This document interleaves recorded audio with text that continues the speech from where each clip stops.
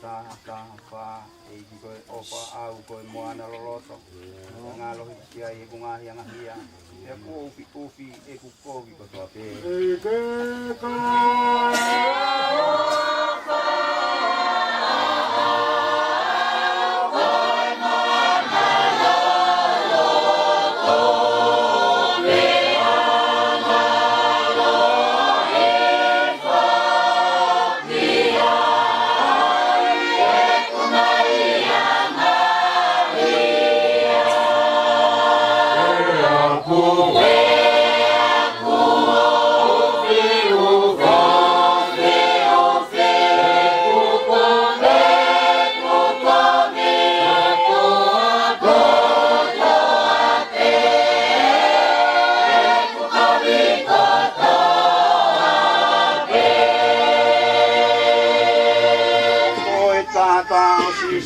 mau fufuanga o kalanga ikina ko manga ia te atata ina ki mamani ko to pe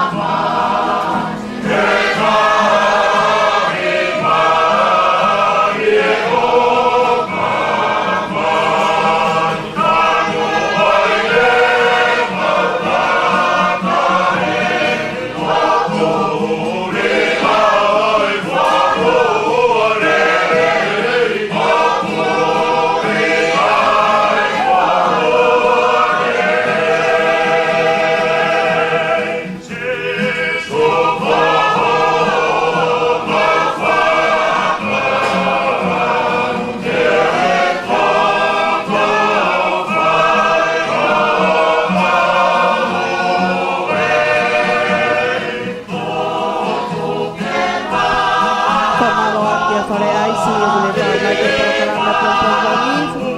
Yan po ngayon mga Maraming po tolong po mga expert. Share po po namin.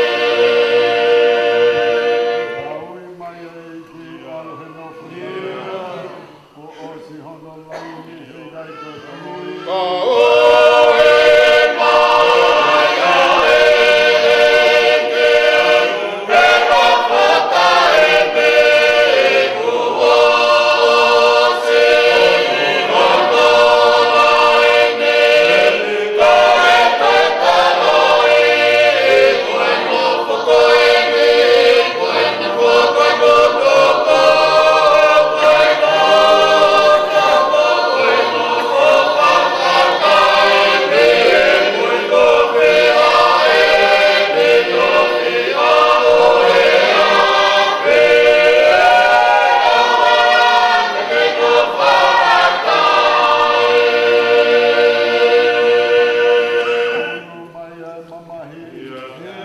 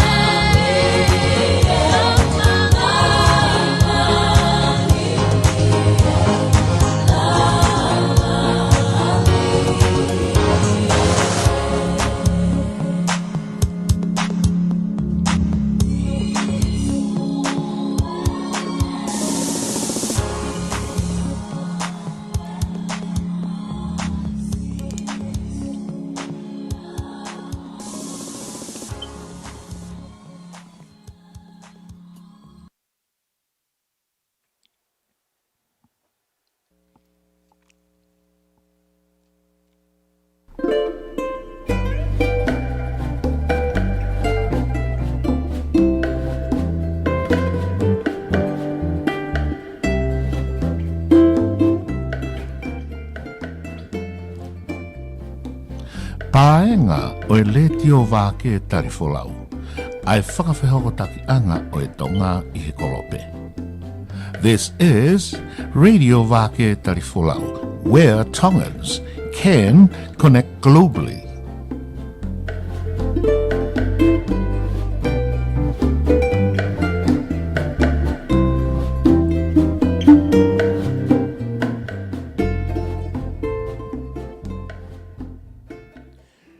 Malomua e tau au sia e momeniti whakakoloa ko e ni ho eiki bea moe ka inga tonga o mo mea mai I he pongi tokonaki ko hono aho hongo fulu maua o sune.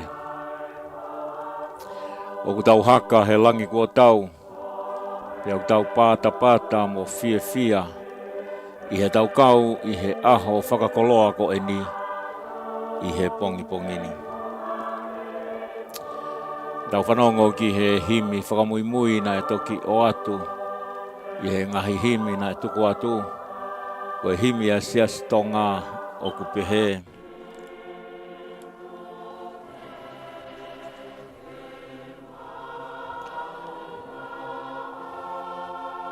Ko e nofo ko e ni, ko e nofo tutuku.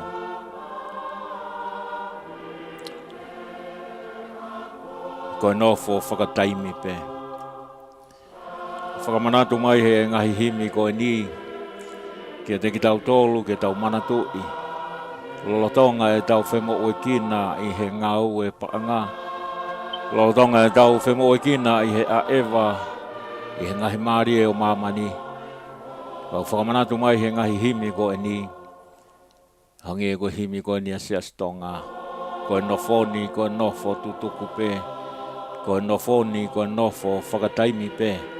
Kai hono whakarea e taha ko hiki te niti pe. Ka aua ko tau au ki he api ko teu mo ki tau tolu. I he loto honga ia pe mo e loto whakawhetai. O tau tō ko e whakamalo ki he tau tamai he wani ka ko e tamai off. I he tau hikone whai ki he tau mo ui. Whakataha pe mo tau ngahi whamiri. I he wheitu u kehe o mamani. O ku tau whakate fuai. Rai tau te whito ki he ngahi whanua muri. Whakapaia ai e ka inga tonga. Gauhi ko whekumi. Ki he tuunga o e moui. I he tapa kehe. Ki he langa hake.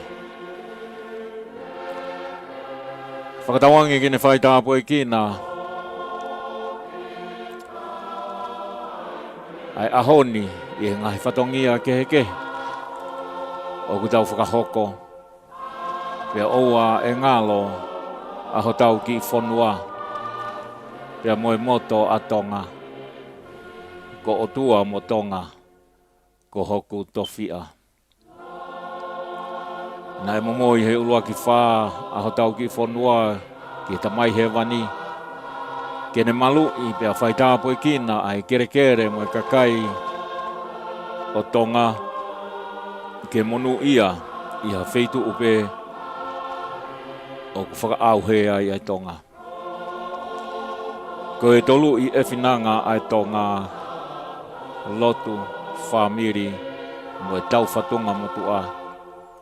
Ke oua na amore pea oua na auhia pe kaiha as. E he ta au o taimi. Ka tau puke ke mao. Pea tau puke a fufula. He koia aho tau maluanga. Moho tau pā I he taimi o tau whetau laki ai. Pea moe ngahi pore o e moui. Tau whakawhetai. Koe whaitāpo e kina. Aho tau hau. Hau toka o e whanua. King tupo wono. Pea moe whare o haa mohe ofo. Whakatawange ke moni tonu. Pea ke kei tuuloa I pea e pūre a tupo mo haa mohe ofo. Iho tau ki whanua. O lau I tau tangata. Pea au ki he pā angangalu o taimi. Ke whaitāpo e ki nai pe. Ai hou e ki moe kautaki o e whanua. ke nau taki I he ofa whanua, ofa kakai, pia hiri o ai whai totonu mo mamahi I whanua. Ke tāpoi kina ai tonga kotoa pē, ka tautau te whito ki si kau tau legere kā pe ka kau tau koula. Pea mo si kau tā koto I he mohenga o e mamahi. Ke whakanonga ai ngahi loto whare o ku iai ai tangi. Pea kene holoholo I ai loi mata o ki nau tolu o ku hoko ai mawai. Ke keitu umau ai tui I he loto o tonga kotoa.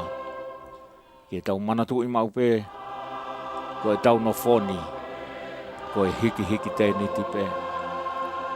Ko e teu pē ke he api, te tau whakataha kotoa ki ai ha aho.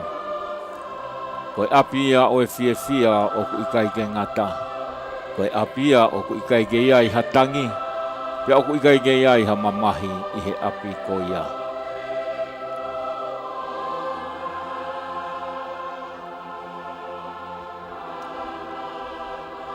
O atua e ofa ki he si fofonga o e tonga kotoa pē. I he tapa kotoa o mamani o mome a mai mei ai. Tala mono atu ka te motolu he aha koe ni. Pe he ki si kainga pea mei Aotearoa. Australia pea mo tonga. Lawe I koe aho sa pateni pe koe aho ni o e eiki. Whakatawange ke moma o hangahi mauanga keres. Fonu I he tapuaki pea mo e monu ia.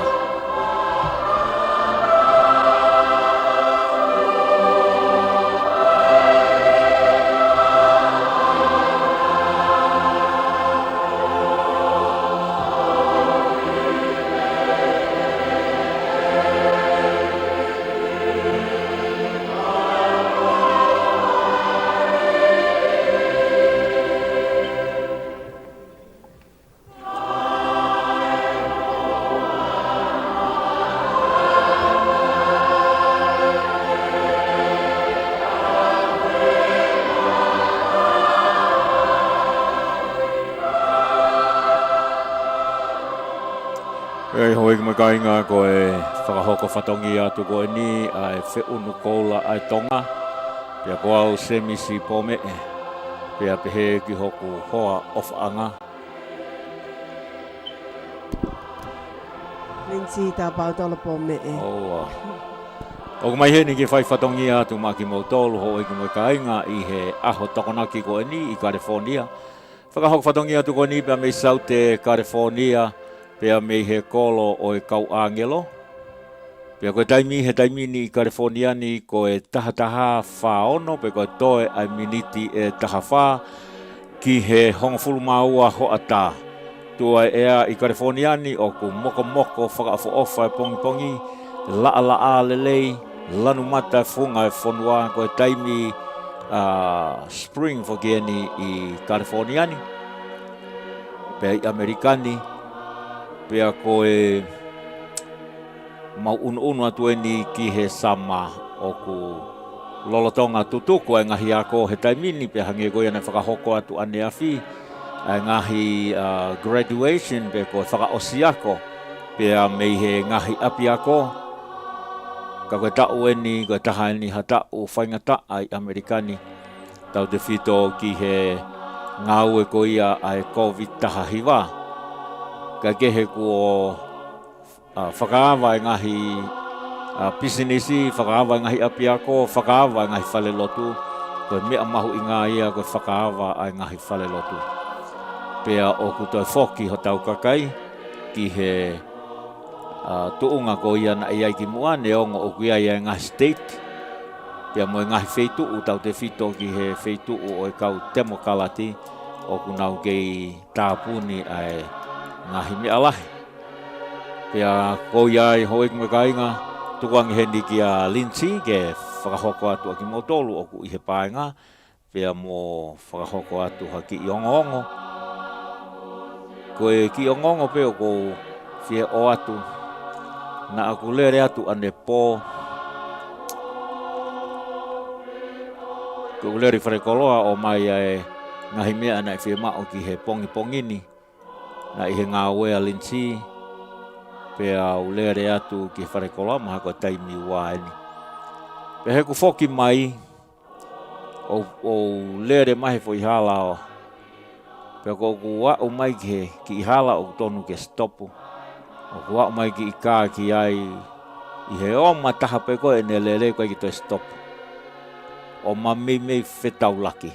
Ka bauna uki i wawesi, na e tui au e ka apa. Koe ke ilo pe koe haa e tūkunga na e mei ai, he nei ki wawe e ku lele. Pea to e oma mo e lere mai a kā koe na e kolosi mai mu e te au. Pea koe ke ilo i pe koe kai haa kā, pe koe lere haa ne hia na e whai. Ka umahino pe koe ne lere whakawawawe, he koe pe ke toi tuu i e stopu, pa koe ke toi sio ki hata. Aku pāsi honi atu e ku mea lele. Pea koe pāsi pe koe ia e ku kā pea u whakawhetai ke eiki, mālo eiki. Na e mei hoko, ha mea ane po, and anything could have happened, and you know, pea na e mei i he tuunga ia o ku kaike iloi. It's a question mark. Kau whakawhetai pe ko hia koe i kaike hoko ha mea, kaike tui ia e si kā mea ofa mai harinsi. Pea i kaike iai ha lavea, i kaike ha mo ui e more. Ka kohona mo ni, o kaike ilo pe ko ha mea na mi hoko, he na e o mātu e kulere, to e o mamu e lere mai a ka mahalo na e me iai ha whakatuta maki e hoko. Au whakawhetai pe ke he ki kone pāsi pe ko, pe thank you Jesus. Lindsay? Malo se misi i o koe kore peke hūwhanga ngai whakatapu ko os whahoko atu he polokalama o e wāke tari whalau he pongpongo eni kau atu i he whakahoko whatongi a pia kulaki tuku ai pe ai whakawheta i moe whakamalo ke tamai he wani ene ngahi o whakotoa pe o kwhai mai ma e tau mo ui o tau au si ai wiki eni ko eni o e ahoni mahina ko ni ko sune. Pea hange ko e whakamatala ai hoa, i he neo ngongo mai ki a te au e taim na wā mai ki a pini. Ka koe ngahi ngau e whakaofo e tamai he wani, i he tau lotua, i e ākotoa pe, he taime o tau whai whanonga tu ai.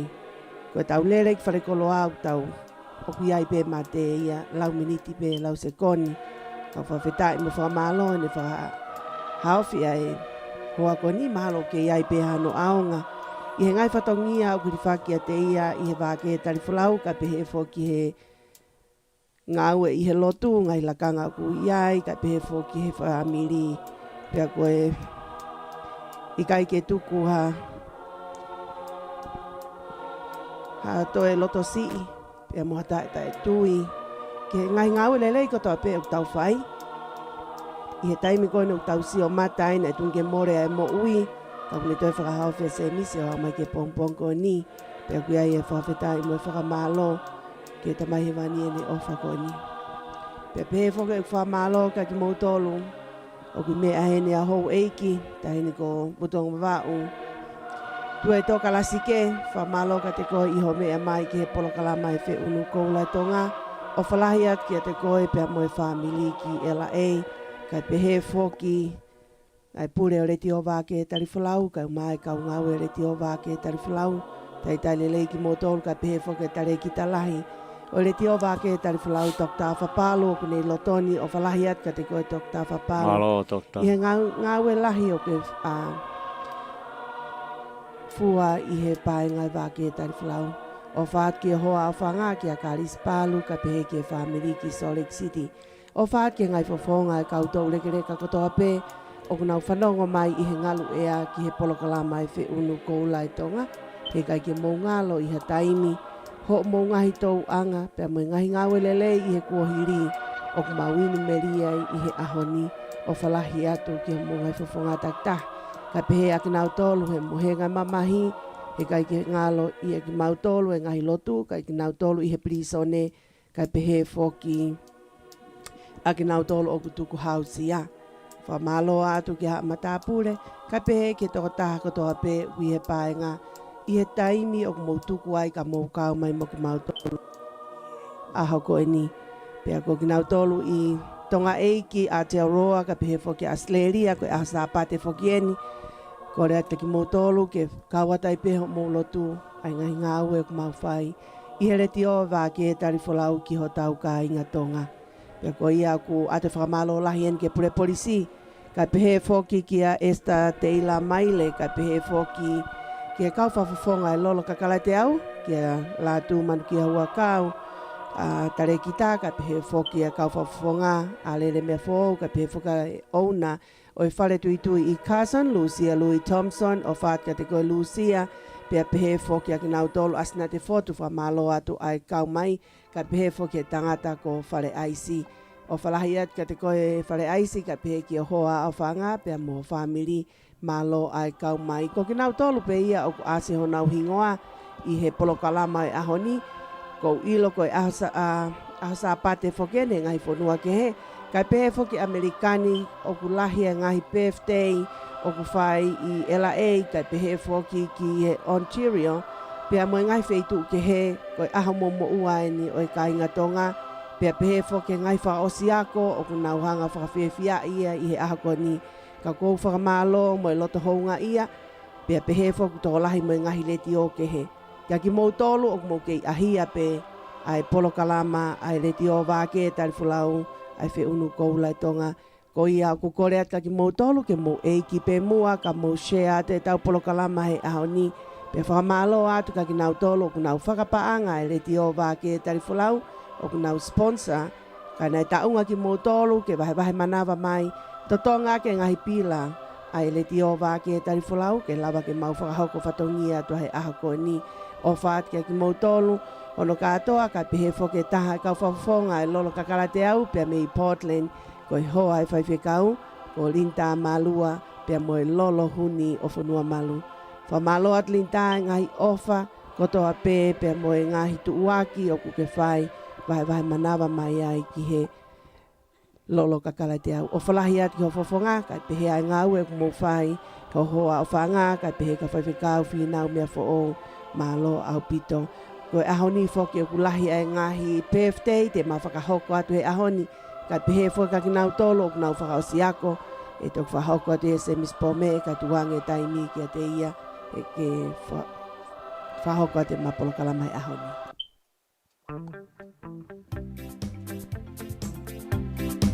Mo e ki peo share te tau polo kalamai. Whaafea ki nau tolo ke nau kau mai ki polo kalamai ahoni. Oua. Malo lele ni sampula vinaka talo lava kia ora and aloha. And to all our non-Tongan listeners and viewers, they like to welcome you and thank you for tuning in. Thank you for joining us. This is your Tongan Global Radio broadcasting live from Los Angeles, Hollywood, California. And my name is Sebi Sikome, aka James Bond 007, together with my beautiful wife, Lindsay Sikome. So welcome to all of you, our non-Tongan listeners and viewers. And again, I'd like to thank you for tuning in and thank you for joining us. And we wish you a happy and a blessed day today. And to all our families and friends from Aotearoa, our listeners and our viewers from Aotearoa, Australia and Tonga. I know that today is Sunday over there. Happy Sunday. And to our listeners and viewers from the U.S., to all the states of the United States, thank you for tuning in. Malo lele, ni sampula minakatalo kalama kia ora and aloha. Koi o whakamalo atu kari motong hon kotoa whegu mo kau mai he pongpong ko e ni ke pong kalama ko e ni a whe uku koula ai tonga. Whakamanatu mai ka te kitau tolu ke oua na ngalo ho tau tupu a ngā oua na ngalo ai whatufala na e whai pia mei he kaliloa pia pehe ki he wha i ka wei koula oua na ngalo puke puke a fufula a ho tau whatunga motua he koia pe a ho tau whalunganga I he taimi o ku hake mai ai e ngahi pea o I whakalaka. O ia whakatawangi peke tau maa o ha polokalama whakafo ofa I he ahoni. Tau ofa lahi atu ki a teki mou tolu whanokotoa pe. Pea me he whe unu koula ai tonga. Koe ahoni foki ho ik mo ka inga o ku iai ai guest I he polo kalama ko ia ai youth hour, pe watu hene whakamalo ki Dr. Afapalu. Ko hia ko o mai ai kau toke tā. Ko toke tā ko ni ko toke tā tonga ni ho iki mo ka inga pe o tau fia. Pe o kia hono uhinga a hono o mai Dr. Afapalu ai kau toke tā tonga ko ni mo kau toke tā hange ko toke tā ko ia o kumari ki he Maori, o kia nau ilo ki he Pacific Islanders, pe ko Polynesia, pe ko tau matakari. Hono uhinga ke whakaloto lahi ki he tau whanau, ka pau o kua ua kakai ko ni ki he tuunga toke tā, pe o kia ai to tonu ke au a tau whanau ki he tuunga toke tā. Ko toke tā ko ni ko Dr. Lavon, ko toke tā ia pe me he sila pelua sila pelua ki ai. Toko lahi foki lotoni se misi a sila pelua ki heni foki. Beautiful sister goni ko silua ki moana tau whawola. Pe foka esta deila maile ka pe foki mere wahoi ko na kupu, he? Oku nau toko lahi au pito e kau sila pelua I lotoni. Oku nau teu peke nau tau ko Dr. Lavon Tonga. Ako whanua poto se misi, Au pito, mo tala vou, Pea mo PhD, ko no toke tā ko PhD I he biology. O kune palofesa, pe kune whaiako I he university ko ia o Missouri. University of Missouri, ko university lahi ia, pa une whaiako I he biology, I he Department of Biology I Missouri. Apia ko ni, o ku iloa nau timi akapulu, I he ngahi university, pea o koutui o tokolahe tau whanau, na whakaamu ki na wao ke apia koko ia. Pea o tau tai maari ko hia ko iai tau kau palofesa me ngahi university ko ia, o ku lava ke nau tokoni ki he tau whanau. So anga ulahi pe ngahi matapā ia, o ku whakaawa mai tau te whito ki he o mai Dr. Afapalu, o ku iai hono uhinga. Ka pana I ka Dr. Afapalu he kai ke mau mai ka kai ko ni, pa he kai ke tau ilo tau tolu, o ku iai toke tā ko PhD, pe ko palofesa I he fu university lahi ko ia o Missouri, ka tau te whito ko toko taha pea me he sila pelua sila pelua ki ai. Pea whakai ke eke atu ia he whanau I he ahoni, he pome assistance I he youth hour, ko ia mo tune in ki he polo kalama ko ni. Koe taha o mea mahu inga ke tauhanga o whakamahu ingai. Hange ko ia na aku wahe atu ane a whiho ik mo ka inga whikau aki mo me kau tau koula. Koe kau tau koula me na wahe atu ai taha o au kau tau koula I ho mau ki I kolo, I he eku mau hala, o pehe koe toko taha ko ni ia kun ova no tau ona ia I taimi ko ia na hau ai whika ko ia ko algebra pe mo geometry a sipa mo siomita. Pea I taimi ko ia na aku eke ange ai ki toko taha ko ni hene eke mai ka teo pe ko hae tohi ko alat mua pau talangi ki ai ko tohi whika ia ko a sipa. Pea ka mata rewa whakamatala tangata ko ni ko finesi are. Pea hange ko ia na aku whakahoko atu I he polkalama ane awhi. Na aku sio whakamanga pe hufanga whakatapu. I he hala ku mau. Tako koe ta utu tangata ko ni, ko hono mala ai whika. Pea aku kai ki toi aha ki mingi mea I he asipa pea mo sio mita o au ki trigonometry. Koe huinga whakatala noa ko ni hoi ki me ka inga. O ku iai ai ngahi tuku anga koula. Pea koe kau palofesa ko eni o mai, pea koe kau toke tā o mai Dr. Afapalu. Koe ngahi tuku anga koula. Ko uhinga ia nau toke tā, koe au nau wako ki he tuunga maalunga taha koe toke tā. Pea o kuia ia koloa mahu inga ia teki nau tolu o tau ui koe koula. Pea anga whewhe ke maho aku koula me iai, ko iku tuku taimi ke whakawhanongo ki a teki nau tolu o ku iai ai koula o hange ko iku mauhala ko eni ki he motua I ho mau kolo. Pea mahu inga ho e mo ka inga ulua ki pe ke tau hanga whakamahu inga ia ki nau tolu ko na wao ke tuunga ko ia. Pea lama ke sio ki ia tau whanau, pea nau whakakaukau, ka pau o ku wao ki ia Dr. Lavon, I can do it. If she can do it, I can do it. Ko tau mu ia a Dr. Afapalu. Pea o ku ia kau toke tā, o ku taku ko toke tā, ka tiu talatu hanga tonu pe, ko teimi koe ko whanongo ai ki ai, o ku whiua no whakakau i pe whea koe ta whaaki.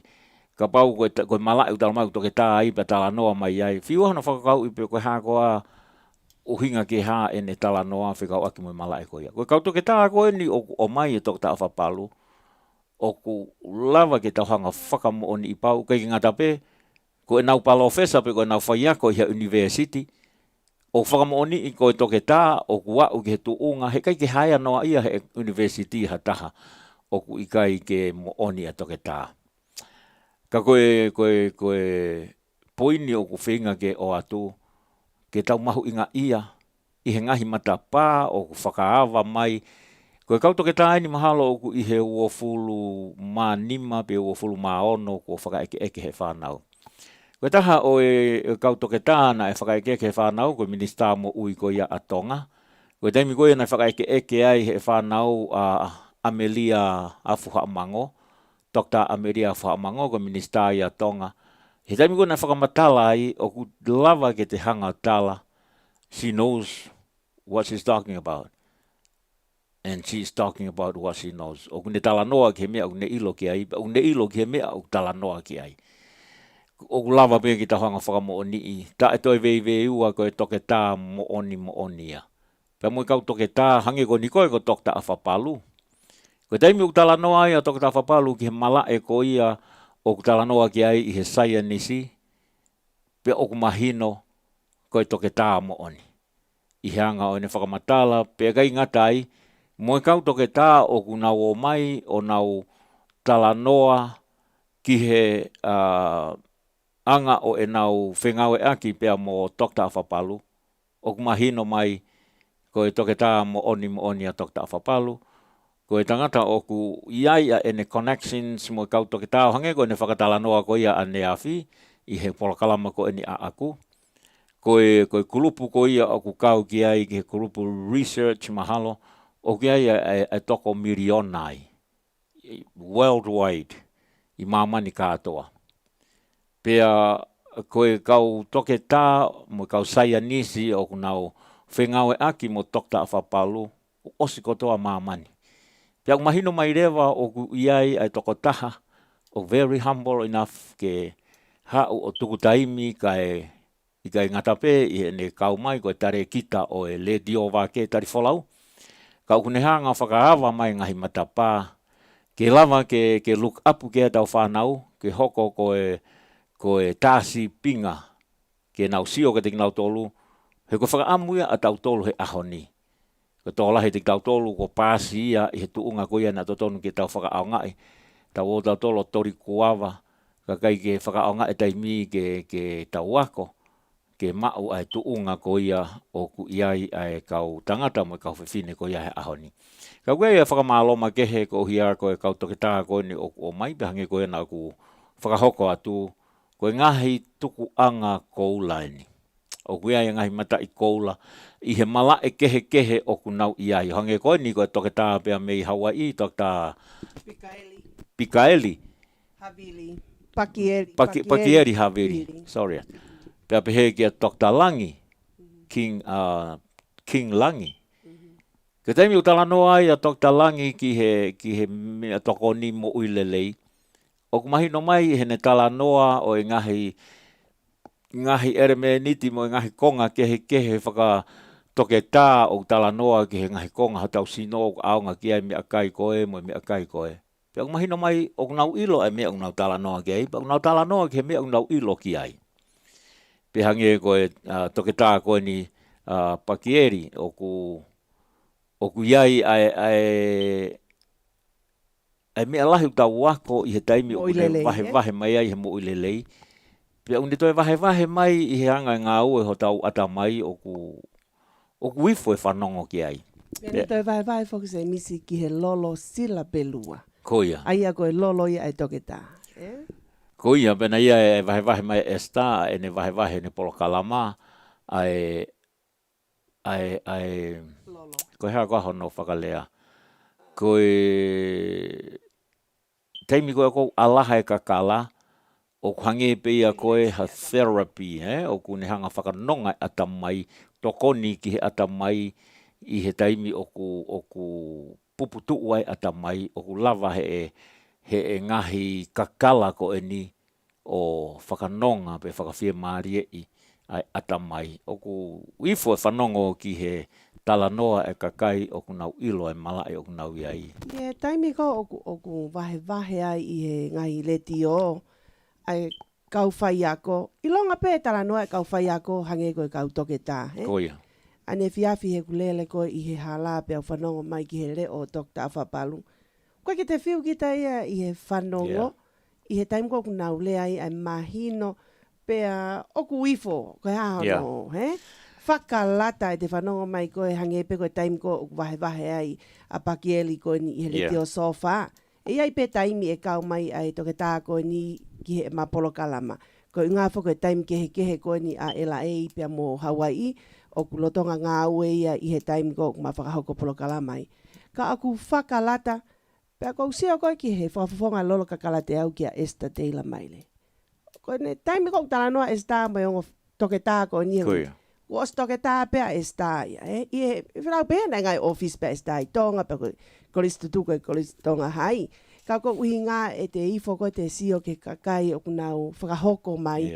Ai mahino hanko Dr. Langi. Koe ki te whiu ki ta ia i he whanongo, O hange koe whakarea koa Dr. Afapalu. Oku te wha o pia te kaipola. O se koe polo kalama. Hange koe te fia. Oku rai e ngahi mea lahi. Oku te hanga mau i he ngahi vahe koe ne ai kakai koe ni. Vahe mai ta e totongi se mis. Ko tau monu ia i he paenga o e vāke e tarifulau. Koe nau ofa he tonga. Vahe maha nau poto. Ta e totongi. Oke, mawai ho ilo a koe ta tau pēmua.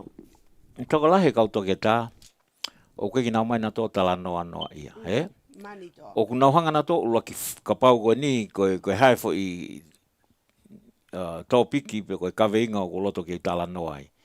O koe ki nau mai na tō tala noa ta e totongi. Ulua ki una ula hanga na tō ula ki whau ai e nau tohi, Koe whau koe nau tohi ko hinga ke whakatau he kakai, Pea ko whakatau ko he kakai o nau totongi ke nau lau o ilo ki he anga e fo i brain o toke tā ko eni, Pea koe toki taimi pe ia koe oku hau ai o tala noa whekau aki mo ne tohi, ko ne promote tohi, pe ko ne whinga i ke ne hanga o whakama ala pe toi tala noa ke ma whao ange e ngahi mea ko ia oku ne hanga whao he tohi, Ko toko lahi kau toke tā koe ki namana tolo tala noa pehe. O ku tau monu ia ka inga tonga. Ko tau kau toke tā o ku nau o mai o tala noa. Ka iai pe ai whakaukau ia ko e ni i ha whahinga. O hinga ko mo maheni mo toke tā whapalu. O, msai pe ia te mau toke whanongo pe, no. Koe pe iai whahinga ni hi pe he, o toke tā whapalu mau ilo pe matoa toke tā whapalu ka hae, ai mea mau ai. E hoi ka maka inga, ko taimi koe te tau teka ai ki he malai ko ia. Pe au tau tu pe tau tolu o kai ki tau kau tau tolu i he fe po tala no aki mo kau saia nisi. Ko dai mi au tala no ai to ta fa palu mo kau saia nisi. Mo ki nau tolu i he ngai fonua hange ko ne vahe mai ko polo kalama ne fiafi. Fe kau aki pe mo lesi mo new i Thailand, Pe o iai a ene ilo ki he kau saia nisi mo kau poto i he whetu ko ia.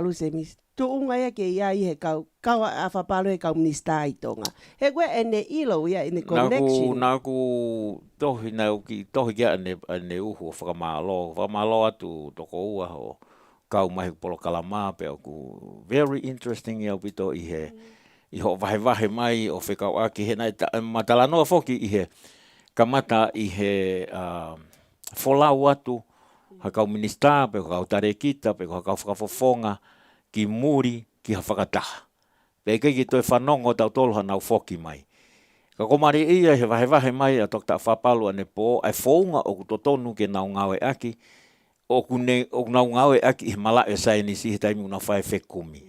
He koe na uoko whakataha ai kau tare kita pe koe kau minista, koe na uo whekumi ki ha whaunga pe koe hangahi mea e aonga ki he puri anga tonga. Pe koe taimi ko nau whoki mai ai, o kuiai a e nau honau mo ua ke nau o mai o tariui kai tonga. Ko mare ia he fotutu a Dr. Whapalu o hange ko ne talanoa ke whaunga nau ngai ko i he nau research ko pau ke hau o present ai mea ko ia koe na ke mau. Tonu whoki se mis. Pe hange ko whanongo koe ke kau whakataha ko kaua Dr. Whapalu. Ne pehe is $1 million pe koe. Ia, ne pehe koe i he tawhaaki pe ia taha kau research ko ia koe kau science o nau kau koe i he kulupu ko ia o kau peke miliona. Aia ko kau helo ia he malae ko ia. Pia kau taimi whoki o ku iai tau rea tonga koe whakaapi. Tau hanga pe o whakaapi ia Dr. Whapalu. Ka koe vahe mai koe a Dr. Whapalu ki he whaunga. O tonu ke nau whoki mai, pa nau haurewa ki wharerea, present, this is all o mea na mau whakatahai. A nau alu ai, pia koe ngahi mea eni, poini eni na aku hanga o tohi hifo ke mea. Pea si o rewa ki ai whakataha, pea ka pau uloto ke awe ke whakataha tokoni. Pea urewa ki he ene awhio, ke awhio ki he ngā ue ai kau whakafunga. He koutui, he na whakahoke ane po, mahalo koe mea nai hou hau ai e tui. Ko ne se o mai koe whiha i ene o ki he ngahi whakataha o mai pe ia, pea kai te whakatala noa ki ai. Ka koe mea ke mana tui. Pese mis whaalava mai e kau minista. Ko mea koe ta whanongo ki ai, na nau whaikawa he Karachi o hai, whaikawa he Karachi ai ne kimi kawa mone tola, whaikawa. O au peke he whoki, koe ke ilo e pau whetaimu koe taimi lahi koe o koe ngai whaikawa pehe, koe tala noa whakawhaikawa pehe. Koe uhinga ki ai. O keike ia he atahaia pehe atu e minista, tala noa mua ki he tawhaaki koe, pe koe hea mea na e whakatahana ke aluai, pa neongo peu totonu ki tala noa ke he taimi ko ia. Ka koe ngahi tanoa whaikawai, koe whihua aki pe ia, mo e whakapango aki, i whakawhaikawa. O koe kia ha mea ia koe seriousness ia mea koe tala noa i he whaikawa, tau te whito ki taimi kui hene ai minista, pe ko ha kau whakafofonga. Koe whonga, pe neha koe na mai koe Dr. Whapalu. O mai, pe present ki he whare area. Ke nau ilo koe mea eni na ku alu ai, koe whakatahan na ku alu ai, pe koe ngahi kaweinga ni na mau tala noa ki ai. Pea koe mea ni o kou sio ki ai i he ngahi mea e aonga ki ho tau ki pure anga o lua ki ua tolu whaanima. Pea koe ku visone, mo e ku palani ki he kaha uwhe kau aki, pea mo e ola whakataha na ku alu ai, te uhanga o whakahoko ai mea koe i he potunga oe koe, makatuunga i he mea koe ni na aku alu ai. Pea o siai pea mo e kakai, pea me he whonua koe, mo e whonua koe, mo o stala noa, te nau toko ni i a whakaukau koe ni pa toko ni hata koe. Koe aonga ia mea koe alu koe ia i he whakataha. Pea upau uatu ki a Dr. Whapalu. Ko si o ko whakatutu u, ko koe ia o stone ke whare i koe ia ki he tu i, koe whare i ke pure anga, pea ka pau o ku whia mau he tu i, ke a whio mai ki he ngahi mea ko ia, koe tangata to tonu ani kia. Pea toi poto whakmono hoa whanga mo kārisi. Ka ko ilo e au ia, koe ki hano taimi, he o ku hoa ua whaa ia, i he ene tawhako ni koe ki he scientist, ka koe tangata o ku, e o mai a ene taukei i he mala e ko ia o ku iai, ki he taupure anga he ku, hange koe na ku whakahoko atu, koe tau kau toke tā. Konga koula se misi e, ongo toke tā, toko tolu koni i he paenga vā.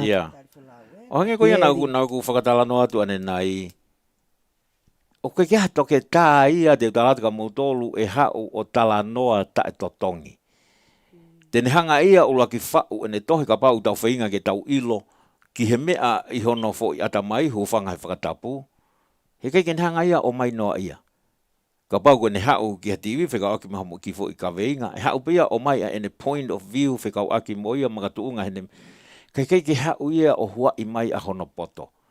Koe anga mahe ni ia, o kuhanga toko taha ko ia, o whau ai ne tohi whekau aki mo mea o hoko he taimi ko ia, unei loi o aonga. Pe e toki hanga rewa e ha toko taha unei host ha polokalama he TV, pe koe re tio, o mai whekau aki mo ne tohi, ke hua i mai ai ki tua, ai mea o kune ilo ki he tohi. Kono uhinga he whakatau whoke he kakaia e nau tohi, pe e whaka eke ko ia whekau aki mo ne tohi, os whakatau he kakai, ke nau learn more about a ene mea ko ia tu he tohi, he? O ia, pea ku whakalata pito e ne whakahoko whatongia, pea whakamaloa i ki a Dr. Whapalu, pea hange kone o mai kone e toke tā kone he sila pelua. Ke ilo se misi. Dr. Lavon. Ko pea koe sila pelua kone ai toke tā. He whakaukau kone ki he lolo kakala te au. O ku ke ilo se misi kau whafofonga, pea mo hingoa ko e lolo kakala te au, me hau katoa pea mi he sila pelua. Wow. He koe lolo koe ai toke tā koe a paki eri haviri, ko sila pelua e ne lolo. Aki mau tolu ka pau ko ke loto koe sila pelua ki he auha, whakatau e lolo sila pelua utu wake at koe toke tā me hawa i kune whakamō ni ai alaha koe ni ai lolo kakala te au a sila pelua. Pea toi pehe foki ka Prince Walla, koe fu o naia o wharekoloa o e Siva International Store, toi uhingoa koe Siva, koe Prince kakala, si lua kakala, koe te sila pelua. Iyo, kako whia lawe atu peho ik me ka inga whikau aki ko ia pia mo Dr. Whapalu. Oua te tauhanga whakaapi i. He kono uhi ngā, he kai ki tau ilo tau tolu ki he lahi o ene mea ki loka, wanga whakatoa ki lalo ke hau o vahe mai mo ki tau tolu without tau speni hapa anga taha ke tau whanongo ki hono poto. E se misi ko manatui he tau whakawhi ko a Dr. Whapalu ke hau koni ki he tau polokalama koni i LA koni ai scholarship koni tau. Evening the graduates. Yes. Yeah. Pea koe hau ko a Dr. Whapalu o ne tau mai ne ki kato suitcase. Nā kai keu ilau ko os mau, hono tu penu, ta o wala, mo fufo i kafa, hono ai, hono teu, he? Hange ko wofo koe i he toi whetongi ko e toki tāna. Upe pau koe fo i suti kai keu amanaki. Kau si o lewa ki kariloa na e olunga ia e toki tā, whakamahino i koe tonga ia. Pea toi li ko hono fu pulu koe, hono mata i tohi toki tā, he?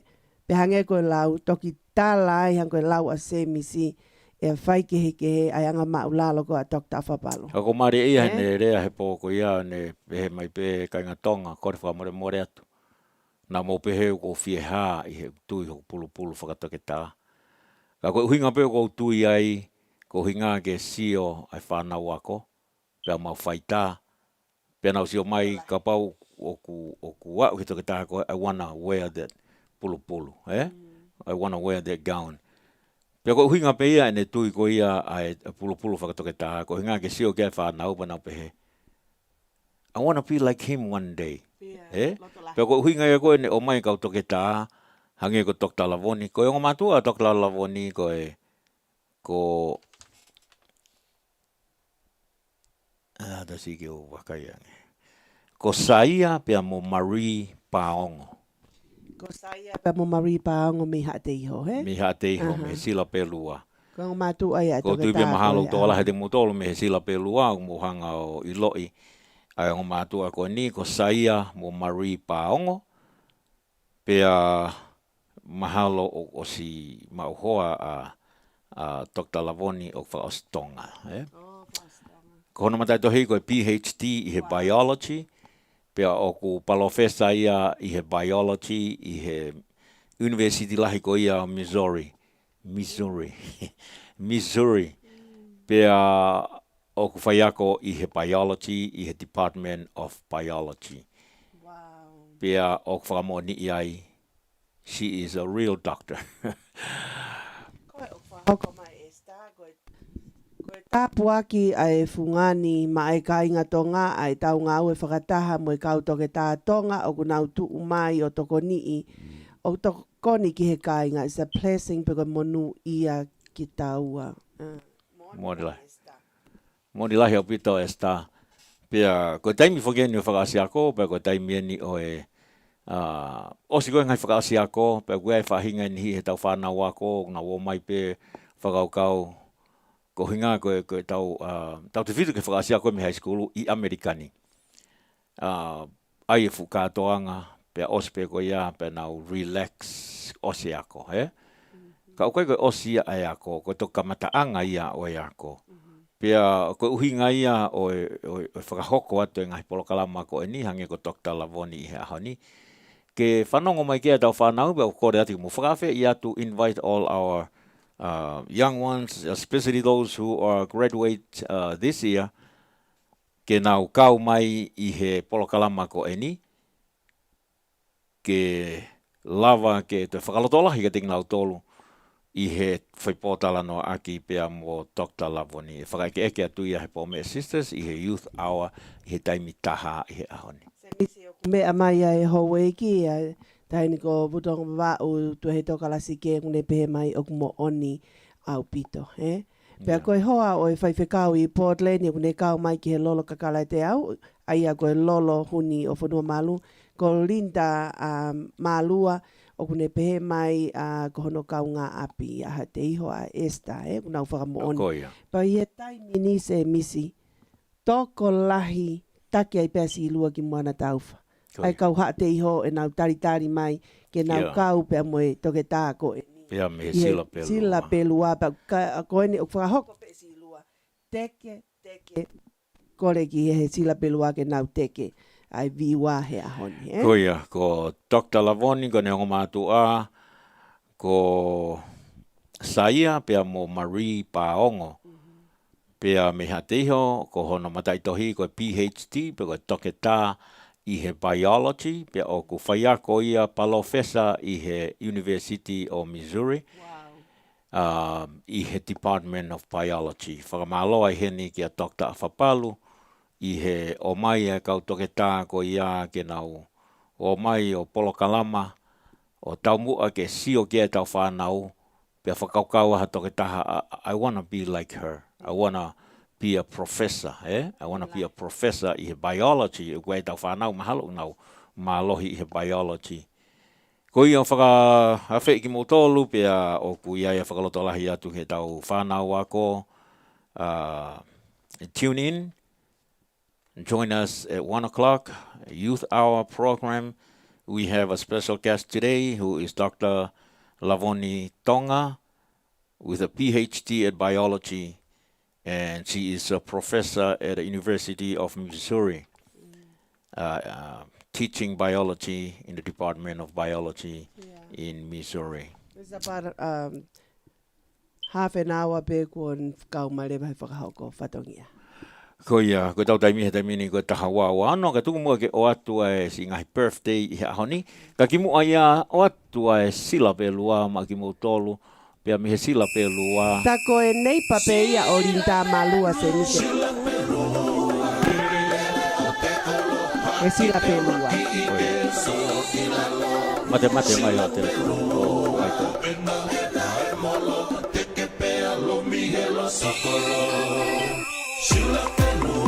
Koia pe sila pelua teke. Sila pelua ki ai. The special guest here ahoni he youth hour Dr. Lavon. Ko PhD pe ko toke ta I biology, a professor in the University of Missouri.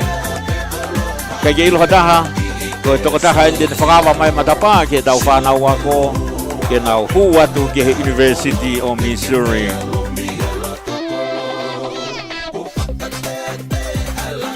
Maria está, bela pega está, mote teu e pepe ho moko punai agoni. Sila pelua ki ai. Malo Linda malua, teke silua ki moana. Koia peta umu foto e.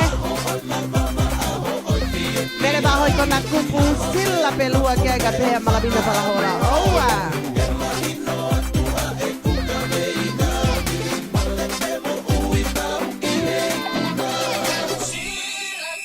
Whakatungane whakasilua ki moana, koe nau tono nau kau he timi koe ni koe ai sila pelua. Oua! Teke sila pelua.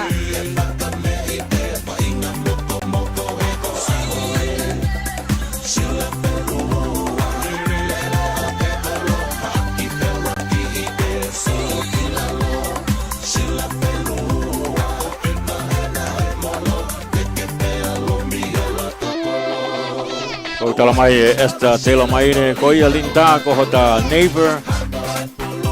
Ia ai tokta o feina o saia pe amo Marie. Can't wait to hear her. Oh, well, Neighbor mo linda malua. Kalaka palata to lahi e kau papoponga e lolo kakalate au me sila pelua. Pehe poke ngahi hingoa e lolo kakalate au me ave katoa peke sila pelua. Oia. Tue ki ai e pule polisi silua ki moana tau fawola. Pea koe whare koloa whoki ko ia o esta tela maire. I he sila pelua koe Serene Store. Ko ewa hipo ki ai o kutu uia I he loto sila pelua. Pea koe ona foke o Siva International Store a Pusuola. Ko ene kui kei moui o ku kei I he sila pelua he. Wow. Ia mo tini be whawhea te pia ki mo tolo no toa ka inga tonga. Hange ko ia na ku lawe atu ki ai ane nai. Koe kau toke tā, koe tuku anga koula. Pea koe taimi o tau whanongo e ki tau tolu, pea tau monu ia, koe tau mao ha kau toke tā, ki tau whanongo ta e to tongi ki ai, o nau wahe mai.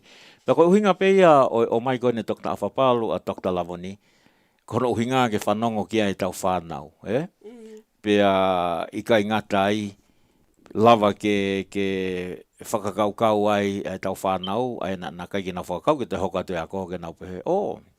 Te alu hoka te wako because I want to be Dr. Lavoni.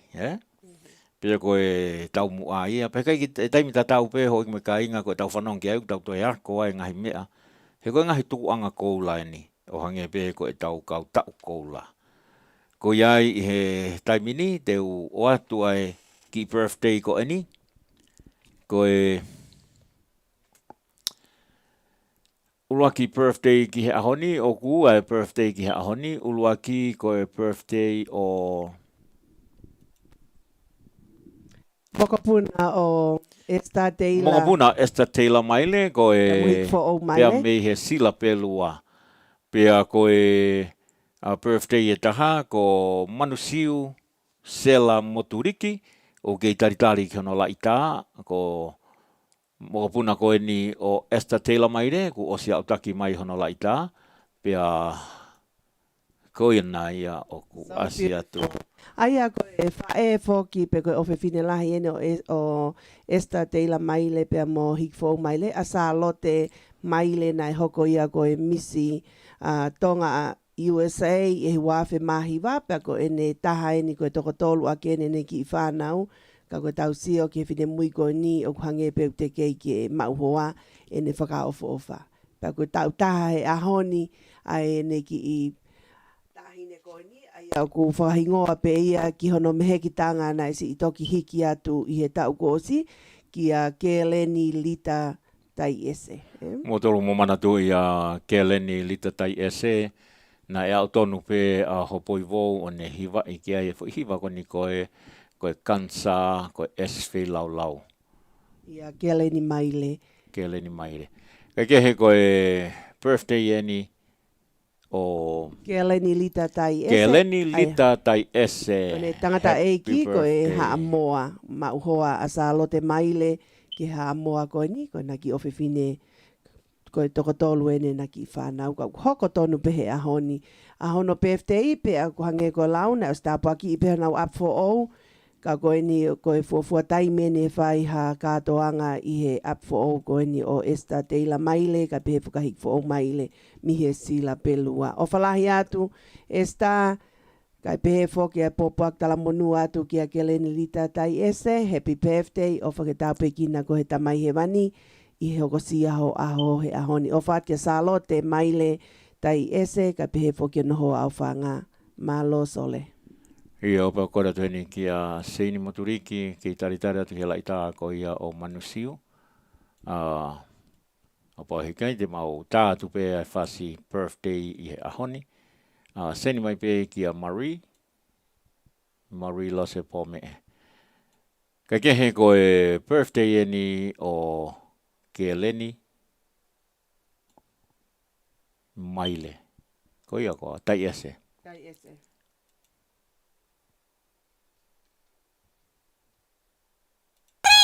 Info bells!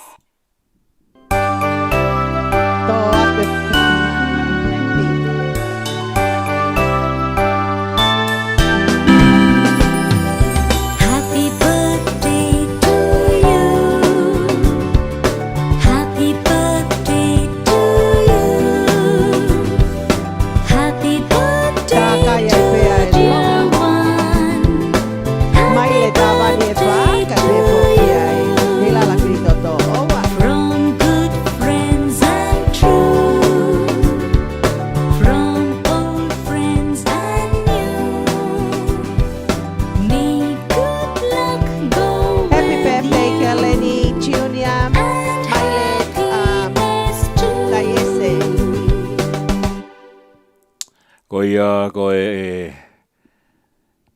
happy birthday song e kia. Keleni, Keleni. Tai ese. Hoko no tau taha ia ahoni. O whewhine ia. O salo te maile, pia mono hoa o whanga, koe tangata ha moa. Pia koe moko puna e o hiki fōu maile, me sila pelua ka pehe whoke a Esther Teila Masima maile. It's so beautiful. Wow, hono So foi kalau adorable. ni. Koia. Fofonga Happy fia birthday fia. to you, Keleni. Hoko pe ki he toko taha kui ki ai ki he auntie ene mami ko e whewhine anga lelei. Ke Eleni Koe hae whasi manako ia. Tungua ke o atu ai whasi Whasi tau olunga e ne tau whae. olunga ko ia Salote. Salote. Koe hae koe whasi ko ia Lindsay. Whonuku ka koe.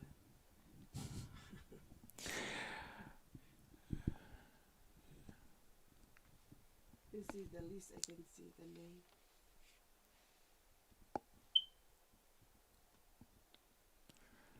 Ia happy birthday ia tu ke te koe.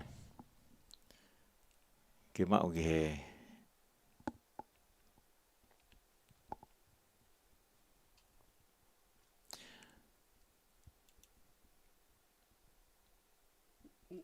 Nepituno. Nepituno. Koe whasta ulunga pe ni e whae a Keleni. Na tau ulunga i he whiau he whiringisi ko ia. Na ne whawhawhanga ia tua ia Amerikani ki Tonga. I he wafe mawalu.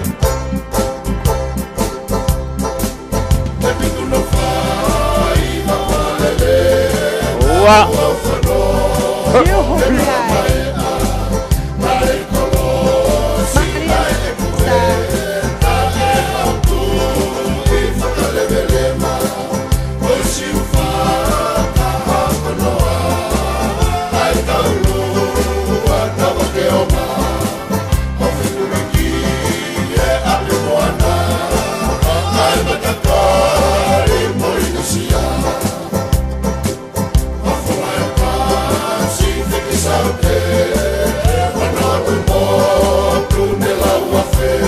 Maria sa Marie. Io ko Keleni maile tai ese ia. Onga sia hono tau taha i he ahoni kau. Sila pelua kotoa. Teke. Pakatau pasi mai te. Da hoi pe kau ka pe ka silo ni mora tau kotoa. Marie. Peko ki a lomo ka kala te au. Aho e ni o sila pelua.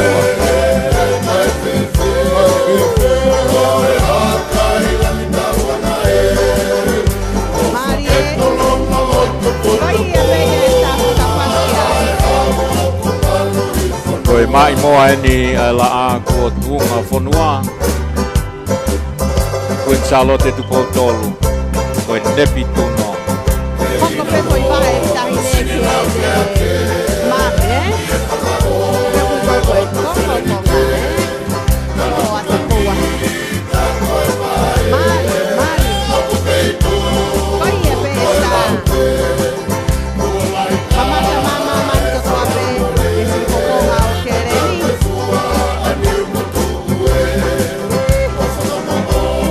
Mari e sila pelua.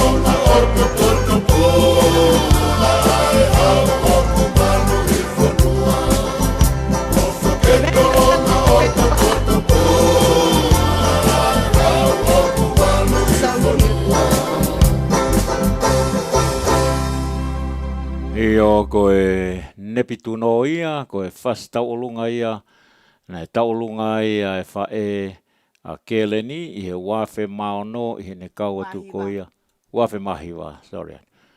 I he whiauhi ko ia ai Miss Heilala i Tonga. Ko e tautaha ia o keleni, mai le tai ese. Uriki au taki mai ai laita ko ia o manusiu kai kehe ko hia ko no taimi o ku wawepe ke hoko mai a youth hour. Pea te mohanga pe o atu ai birthday song te o atu pe ia pea maa manusiu Manusia Sela Moturiki ki Ontario. Atua talamunu ke te koe manusiu i he hokosia ho O tautaha he ahoni pe koe. Tautaha he ahoni pe koe si ongo mātu aina pe Koe ongo kui e na manusiu ko Daniela Moturiki na ne toksi hiki atu i he tauni. Pea ko ene kui whewhine pe ko seini. Me funga whaua Moturiki. Me maafanga. Happy birthday kia te koe e beautiful Manusiu Sela Moturiki ki Ontario. O kia e o whalahi atu mea ki mautolu me iuf ai Lataki Upland, Sias Katolika Loma, kai pehe whoki he ka inga Katolika Loma o Upland, pia me tauhi, mea roi po me e, kai pehe ki ono hoa whangani tatua, kau maa whoki ai tauhi ki a wheleti po me e, kau maa whoki a roi po me e, pia pehe ke purehi wā, whio whaaki po me e, pia mo vai po me e, kai pehe whoki a Kalisi, pia maa whoki Antoni, pia mo ane, pia mo Latu Mailangi, kau maa whoki a Ainise, ka pehe whakase kona Monensi, ka pehe whoki ki he tokoni tauhi ki a Paulino po me e, pe manoa whanga ki a katea po me e, o kui ai e mau ofa lahi atu, pe pehe whoki ka whapiena, pe mo ofa whamalo atu, o kui mau ofa lahi atu ki a ki motolu, ka pehe whoki he Palestini o e Lataki ki a Maria e tita po me e, ka pehe ke tokoni, ki a Mariana tahi, pia pehe whoke Marie Lose po me e, ka pehe whoke Florence, pia moe Freddie po me e, ka pehe whoka Tino po me e, pia moe Toenga o e Lataki, o koe mau o whalahi atu. Koe kui whoke a Manusiu a Seini, koe tamaikia pia me hiku tamore, ka inga ia o lo tuita, pia me he lolo a halai walu. Pea pehe whoki ki a Daniela o ku ui koe ko waha i whewheka. Ai nā koe ku ia o i tantaiki. Ko Daniela pea mei fo ui koe tupueni i he whale o wahai. Sioeri. Nā tupu ai a Daniela Moturiki. Kana ne lahi nofo maofanga pe o pehe toko lahi koe toko taha maofanga mo oni. Ka kono tupu anga pea mei he tangata aitu ua. Ai a koe o mātu a o e ki tahine o ku birthday i he ahoni me he kainga ho mau. Kainga lotu, ai a ko Mikaele. Mikaele Moturiki pea Mokalo. Loresio, koe familia pea mei he niua toputapu, koe kau tupu i siasi katolika eni, familia eni o ku tokolahi mei ai kau whaiwhekau, pea koe famili musika eni. Koe tunga ane o e ki tahine ko eni, une whaihiwaia i Hawaii, pea o ku iai ai ofalahi atu ki he ongo kui ko ia, Maretina, pea mo... Monohoa o whanga. Ia o whatpoki a moni pe mo whia. Ko ia. E whaka aloi reis. Pe ki he whamiri o ai whae manusiu sela moturiki. Kai ke he ko birthday ko ia o manusiu tuku ke o atu mo ai whasi hiva birthday. Pahingoa pe ia ki he no me tanga ki a mansiu mo tūko.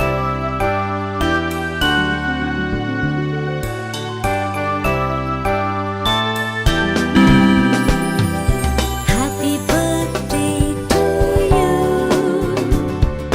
Happy birthday to you.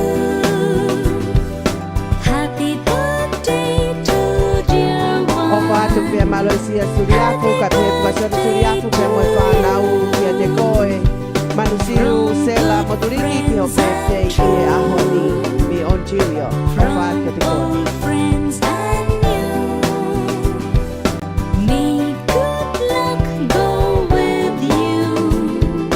And He poki o whātu a Fernando, huhane pia mo Pem huhane moe whamini me Texas. Koia, Nau o koe. whātu ka te koe. Happy birthday atu ke te koe manusiu sela moturiki. Koe ki whasi ni pea me maofanga. Ato ki ai talamonu ki te koe manusiu sela moturiki.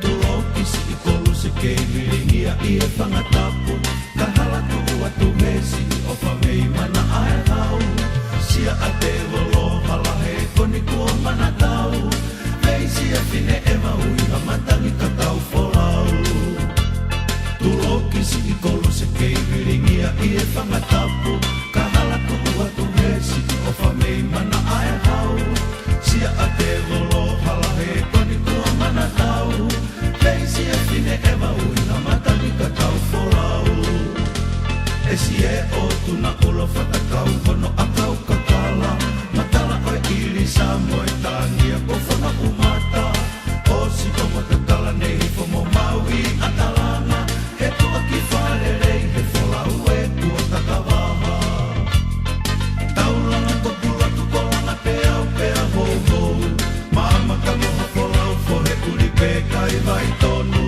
Fuhitai hata sisilanga kari e ne fungani tolu Mari mari ta ahine hange halolo ki e tai hou Hala salo te kuopero se moe sia e Nima mea a o whare hanga o kona he wesi te Tuli tuli mai tama pete ki whai wakatau hake O ewa whakalau tau te wafuko kuini salo te Hala salo te kuopero se moe sia e Nima mea a o whare hanga o kona he wesi te Tuli tuli mai tama pete ki whai wakatau hake O ewa whakalau tau te wafuko kuini salo te Taulanga ko Happy birthday, happy Manusiu. Junior Sela Moturiki ki Ontario. O whalaia ka te koe beautiful Manusiu. Kariene fungani tolu Mari mari ta ahine hange halolo ki e tai hou Leve leva e malanga tō whakau si I lerea O tuku ki whare lalawa asita toki e inoa Si o mafua uta e kete me I te a E tango e kua tapa me whata o la tutama Leve leva e malanga tō whakau si I lerea O tuku ki whare lalawa asita toki e inoa Si o mafua uta e keke me I te a E tango e kua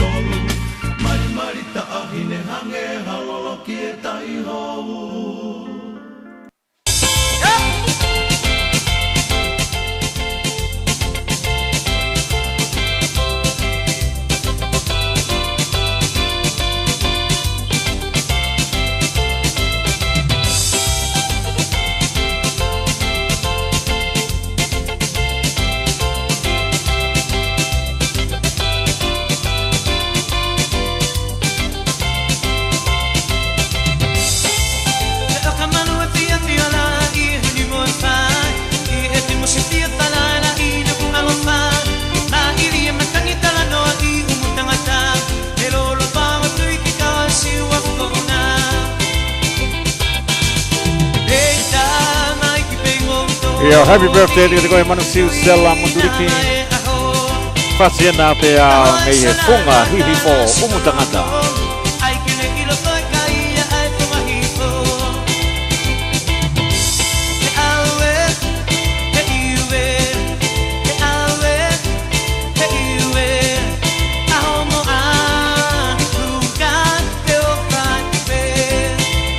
Oa!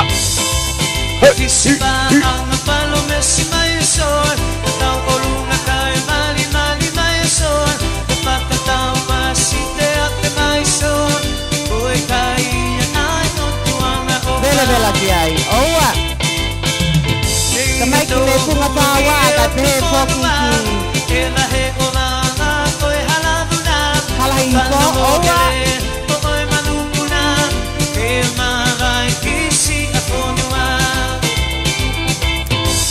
Pagare maheni pia mea esa teila maire toi umu takapau tola fotu ala fia fia silua ki moana taupa wola linta tui moala malua tue sila pelua ki he auha Dr. Pakilei Haviri Kaufusi iyo koe kaia a sila pelua Lolo kakala te au katoa.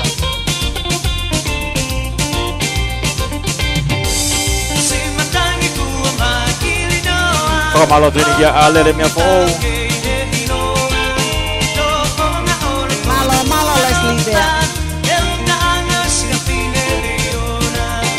happy birthday atu kia manusiu motuliki pia pia Willow Finau Malo wilo tato fika lake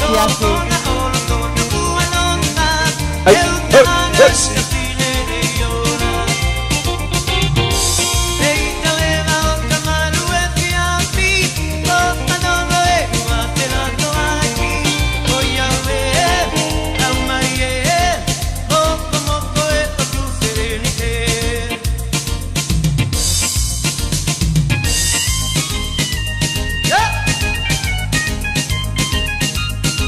Oia hoi me kai ngā koe whakawhiawhia ia o e aho o manusiu sela moturiki pia pehe kia keleni maile tai ese hoko sia hona tautaha i he aho ni mea whakalata ko e tau katoa ngai ai mea ofa o e mo ui kua whaki he otua ki he ngahi whamiri o kawai ai ongo ki i tamaiki ko eni o hokosia hona tautaha i he ahoni. Ke reni maire tai ese pea mo manusiu sela moturiki. Happy birthday to you. May God bless you and give you abundant blessings. Ke whonu tāpua ki ho mo ui, i ho mo kahau, i ngahi tau. Te mo whanonga ia. Ke mohoko ko haongo kaki lelei, mohoko ko ongo mea ngaue ai eiki i he awea o ene ofa, mo ene ongo lelei. O kia ia e tau whakaosiako i he ahoni,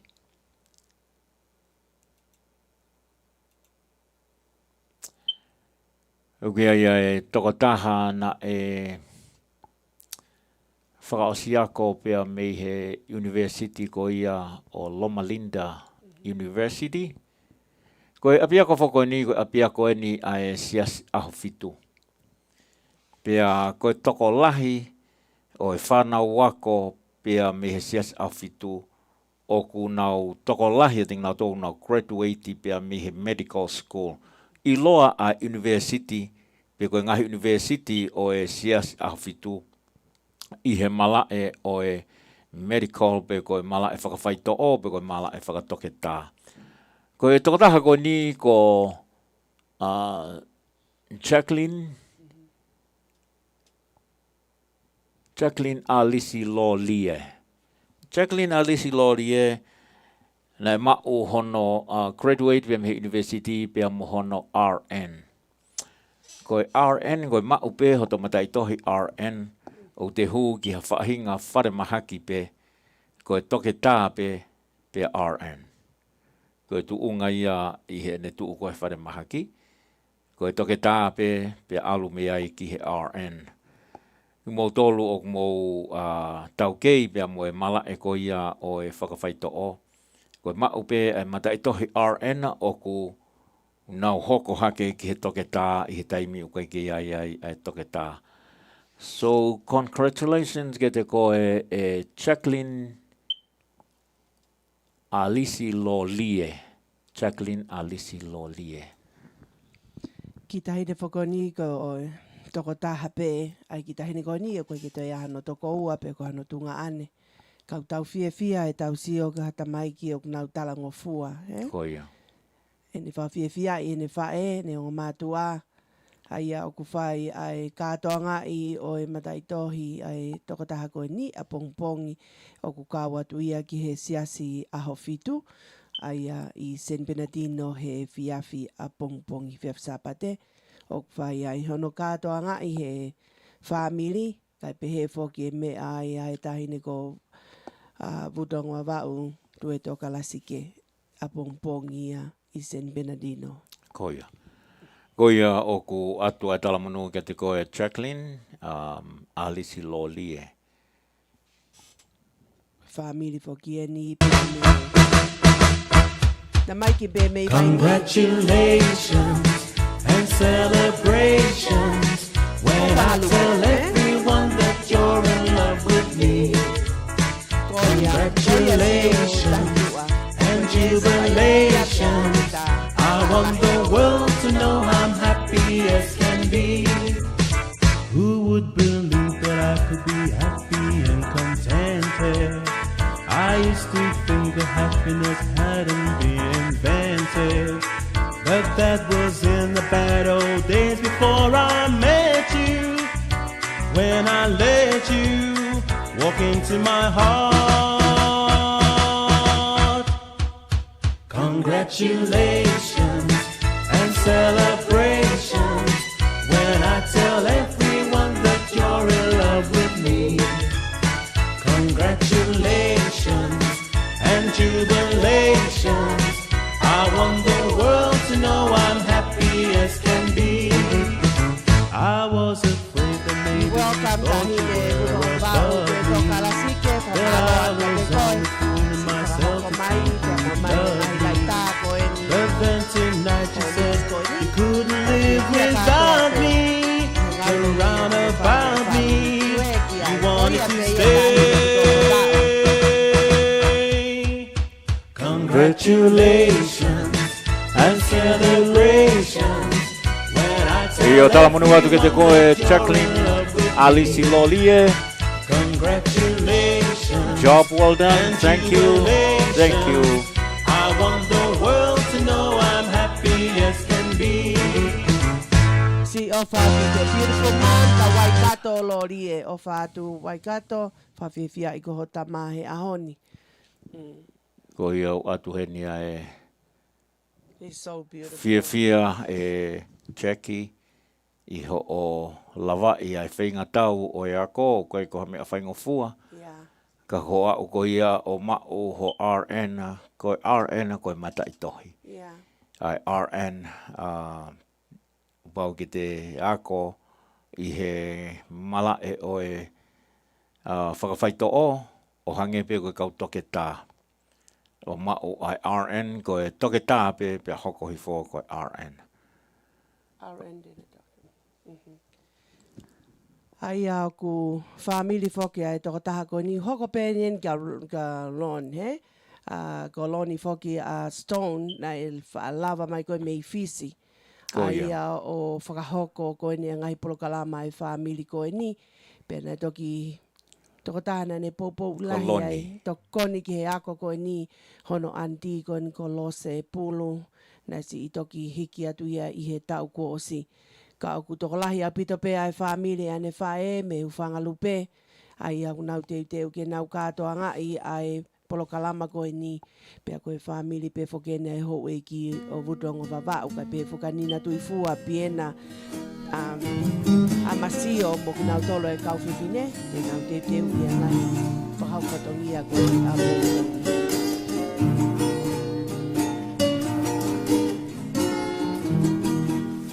ia ko lake pa mo vai ni fa hoko mai e mulo wa ba ko kalasiki.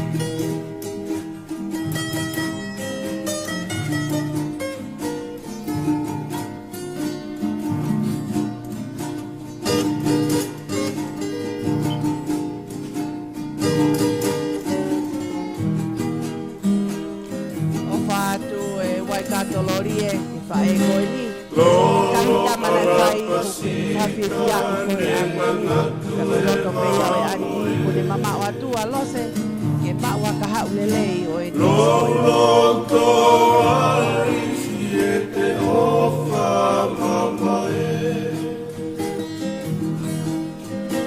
Mate kina i loto ni penel he E kino i fia o fofonga whakawale Siwa kai ake si ilume koe pere Ua makau na ui sinoni koe pate Lele pole posi e te kaunga i e te ie E kupini rote takai ka te more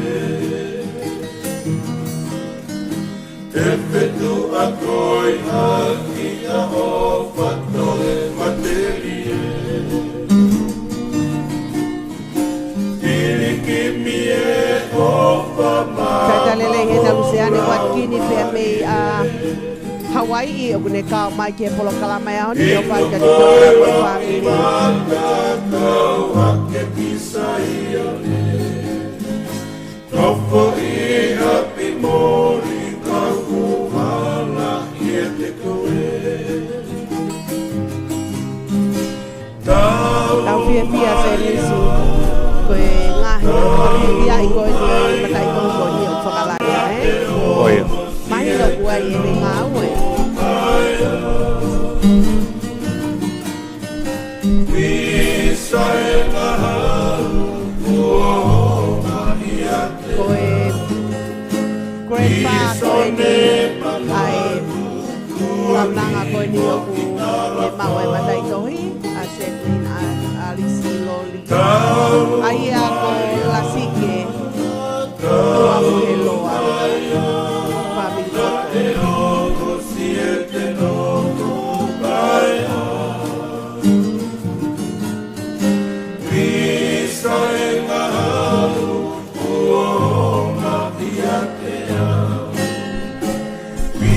Sone e manatu tuonimo i tala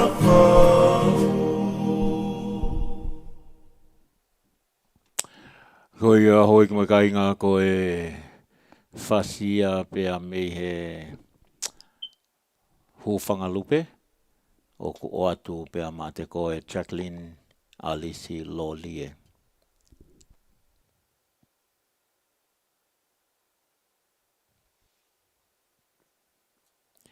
Hoi au whakahoko mahene siu tahitua o RN pia nurse practitioner then doctor.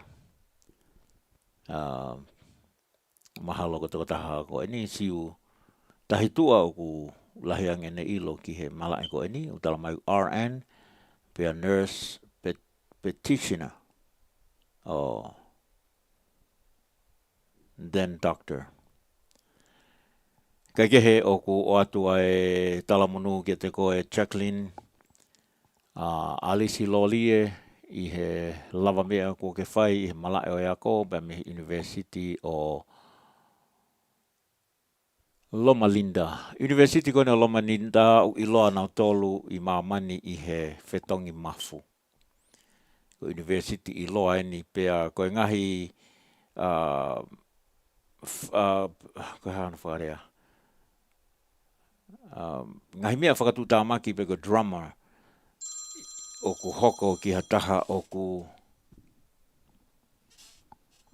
koe me koe whare mahaki eni o ku ave ki ai.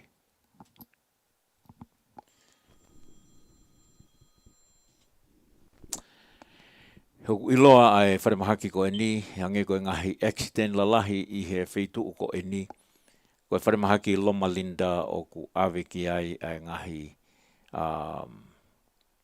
ngahi mea whakatu utamaki o hange ki he mafu ko e mea lawe alahi ki he ulu. Wharemahaki Loma Linda i wheitu ko e ni o ku whakawholau pe o ku whakapuna herikopeta ki ai ngahi maha ko e ni. Pau atu ai e talamanu ki te koe e Jacqueline Alesi Lolia i he lawa i ai whenga tau ko ia e ako o maua i ho RN.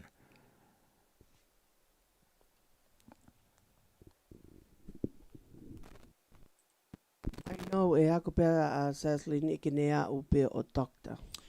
Tara mai e vutulonga wawa o go la kepa en vai ni ko ia ko la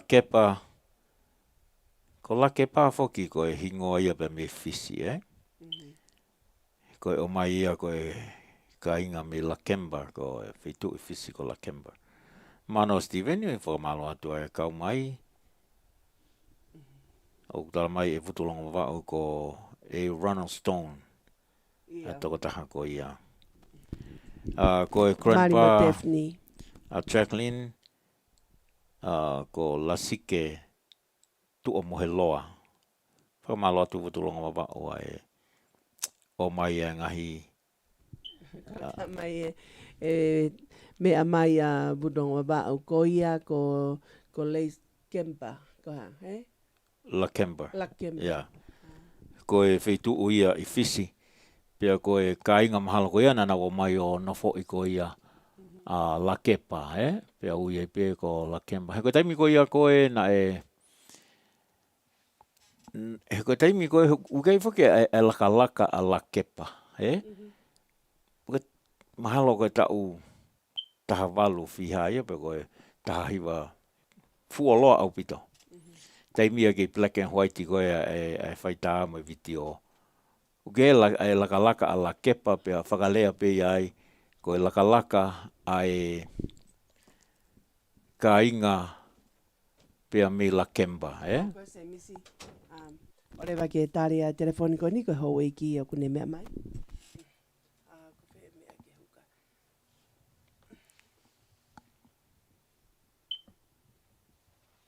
Ore. Pai se misi putonga pa. E o whamalo atu malo e lomari e tahine ko vutulonga wawau malo e kau mai ki he polokalama ko e ni a whiunu koula e tonga. Malo mo e lere tangata ko se misika mali si po me Malo. Beautiful ai pe foi hai si pe ia o toko mololo. Kai ke ka ko tulolo ia ki fufa pe mea. Ko ia. Mole au pito. Ko kisi ta ia tu pe o si talatu uhinga ko ai lave a se misiki la ke pa. Ko ia.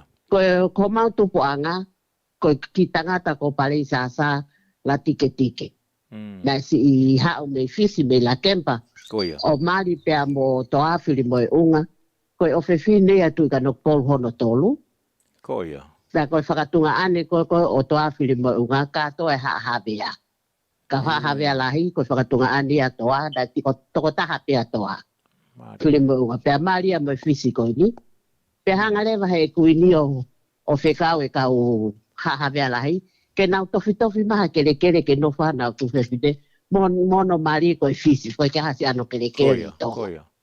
Hanga lewa e tui waka no, tofi mai konga mea vaea, tofi mai konga mea lake, mea lavaka pia tofi mai konga mea fohi. O nau nofo ko ia pia eke he kuini ke fisi, kia pari sa sala tike, pe ko hai e hikoa no hono nofo anga. Pia talange lewa he tangata ko ni ke wha mole ui peki La Kempa. Ke mea ke whonua na hau mea ai. Pe hanga e pehe tahine kuini o hui whakatonga pe ko La Kepa. Ka ko masi tupu anga e mo teki. Aia koi kui wha a teki. Ko toa moelo ala sike ka koi kui tōrui a aku. Maria la. Koi anga se o mautupu anga pa ko mautupu anga pa ko la tike. Na ka kia tau no pele tau toli tonga koe la siki. Ta koe fisiko e ni na si tau hi tonu ke la ako ngā whanua. Pani hanga ia whakapare i o whakanofo. No pele hui ngoa, puri hipe a la tike o i pe koe la siki whakatonga. Ai, maari la. Whakamalo tu utulonga wawao ai o mai ai o tui ko toko lahi te kei ke nau whanongo i he historia koe na. Kau whakamalo te koe ho o mai e tupu anga o e la sike, ta koe la tike Kana ia iha kau Ta koe fisi. na pesi, se mau foi kiri pipi mo e ahi, koe mau si hau me fisi. Oi kau fisi. Koia. Kana ia kau fisi e utulonga wawao na o mai o nofo i la kepa. Iyo, na tofi mai kono ko ngata na hao pea a palisa sala tike me funky kau fisi pe me fisi. Koia. Ta kono tufi ange ko tofi ange koe ai konga koe me katoa no whakatunga ane. O nau nofo takatakai lewa me tua kai nofo nau tufe finei loto. I loto. Maria. Ka ui ai pe koe a ki kolo ko la kepa. Koia. Ta koe mala e lahi ko o la kepa. Koia. Koe kari ai na si folau mai so mau kai nga fisi me fisi. Pea ai pe ia tu koe loto kolo o hoko ia koe malai o la kepa. Ai fukaria. Maria lahi o pito historia. Koe aonga ia koe tau wahe koe ne tau tufia i lo historia koe. Ka oku ke iai peha mo fetu utaki pea mo e ka inga ko iai fisi e vutu. Ko ia koe wike ka hau o ko si ala trava tai ki Frisco. Ke mari si o koe fisi. Ko nau tupu anga koe ko o pale sa sala tike ko nau tamai ko siana ko ratu tu neau. Pana ia hane e tamai ke totolu ko tahine fefine taha mo tamai tangata e toko oa. Pa ko tahine fefine ko anti vutulongo. Ai pako maya la tu mala. Oh, mari lahi. Pa ko pale sa ino mau iai. Pa ko sangalo wen ai ni kono fuwanga moko punani o kumari he wike ka hau o ko si aru ki ai ke mari fai i San Mateo. Goia, mari la. Oku mea whangalata te whanongo ki he whakahohoko mai ai. Ko ia he ko ratu sekamsese mala ko he whamiria, Iyo, ko whewhine ia. Ko kuia ratu kamsese mara, ae ko wanti vutulongo. Ai a kui pe au ki ai e vutulongo. Kai toki hanga pe ku kui aku i tonga o ai e ape wawa u ki ai. Ka ko hingoa ai ko vutulongo pe. Ko hingoa whakawhisi pe vutulongo. Iyo. Toki hanga pe e kukui ako whae takatai ki o e tatu ai wawa ua vutulongo wawa o ka koe whohingo ako e vutulongo pe. Whakamano te ka te koe vutulongo wawa ua e whakamatala maari e koe o mai. Pea oku mahu inga pe oku wako ai toko lahi ki he tupu anga o ai la kepa koe hau me la kemba. Pea atakona oku iai peho mou ke whetu utaki pea koe ka inga ia, tupu anga ia o e paremia malolo o fisi a ratu sekamsese mala. Ko ia. Koe anga peia ko unga pese ko ai atu. Hange ko kai fokesi i mea i toko lahia si ki kolo ko la kepa ko unga si ta atu ke ai peha mea ke si toko ne atu ke ase nisi si anu whakamatala i. Si mea te tup mei ai. Pea koe whanau tama eni a la kepa a Jacqueline Lolie.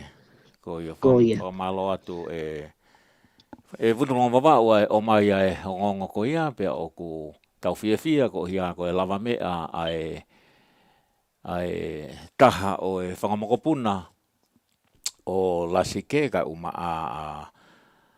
ai kainga pea mei la kemba ko Jacqueline a Lisi Lolie. Ko ia ko si tate kai and you guys are more than welcome for tomorrow evening. Okay. O si whakahoko ai an whakare. Ia, whakamalo atu o pito. Ia. Ko ia urongo wau o whātuka te koe, pia o whake mauha aho whakawhawhai aho. O whalahi ata hine urongo wau. O whātuka moa, malo. Malo o pito. Whakalata se misi ko ne wahe koe ki he konga fisi, ne pihe koe kala ko ia. Ko ngā whako koe konga koe ai koe tangata eiki. Koe konga fisi. Ai kono ne whamatala koe. Atu i waka nomo me. Koia. E koe ku ariki ko toko ua i tangata eiki. Ka sio hata o si ilo toko tako toa palama pe ko finau lahi. O ku hange pe hafisi a hono lanu. Pa ko hoko au ke konga kon ke kau fisi. Kau fisi, Ko ia hou ki makainga ko e tokataha ko ia whakaosiako pia me i lakepa, pia mo waini o ko Jacqueline Alisi Lolie, atu ai talamono ke te koe i he lawai o e whainga ako ko ia. Kai ke hoi ki makainga ko e tau taimi ko e ose mini te taha nima pia me he taha, pe tukumua ki o atu haki i whasi pe taha pia tukuangerewa ki he youth hour ke nau hoko atu e nau polokalama, ko hia whima o taimi lahi ke nau teu wai ko hia ke taritari e whakamua i ki maua e Dr. Whapalo. Ko ngā ko Dr. Lavoni ko e alu pia whasi ko ni, ko ia. Pamaloat ka ki moton mo loto hounga ia i ho mou kau mai polokalama e aho ni pia pe foka ki nau tolu hoko sia nau ngai birthday ka pe ki whaosi ako o whalahi aka ki motolu ko e mono kakala te au e tok tu waki atu i hei wika hau ko ngā koe no no wai taimi le o e nau foni po le o pia me waini me he hufanga lupe leo ngoti kai ke fiafi ke tau tokoto mohe ka kuia ia manatu. He piai pe foka ngai feitu uia ko o se fiafia ke mohe. Mone lau koe hiwa. It's 7 o'clock somewhere. I hoi makai ngā koe tātāt pe whasiko ni pia e hoko mai ai Youth Hour po me sisters teu ke taritari a Dr. Lavoni i he ahoni i he sila pelua o whakia ka ui tau ko toa pe ngai hiwa ko e ni ko pilo ho mou ka furu o ka nge ko o ku tete ma ko e ngai hiwa ko e ni o whakia ui tau ko toa pe I o mo nofo pe latoni kai hoko mai ai Youth Hour ho i mai kai ngā. Ore atu ke mou nofo mai pepe wha fe i atu peo. O kau ngā mea ka pe ke mou whanau ka inga lotu. Ke nau kau mai ke polokalama mahuinga e toke tā me sila pelua. Ka kua i kai teu ke malawa he anga o whani e pene o whaa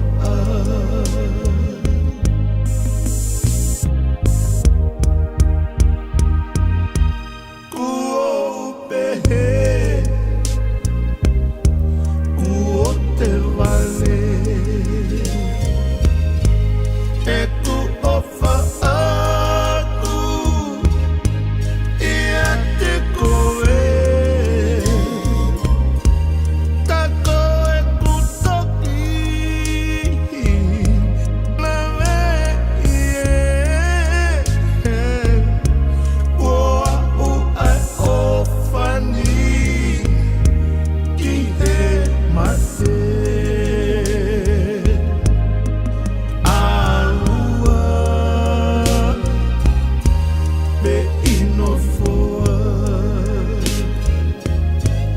asi oto sei ilo sei na oe vale anga moe mate anga oe atamaini moe anga anga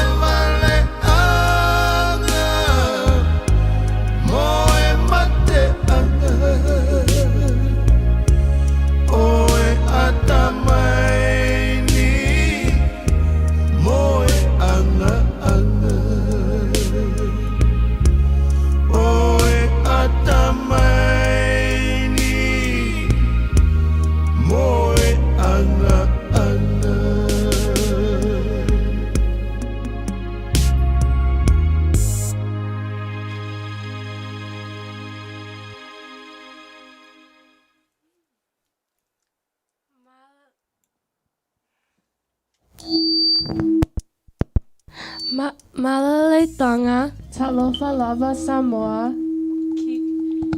Kiora, New Zealand. Bulavi Naka Fiji, Aloha Hawaii. And hello, America. My name is Marie Pome'e. My name is Salote Anaseni Pome'e. And my name is Malina Nakita Rita Pome'e. And welcome to Vake Talifulau Youth Hour. We have not been doing program for 3 weeks, but we are glad to be back, and we hope you guys all have a great day, and we'll play a song before we begin our program.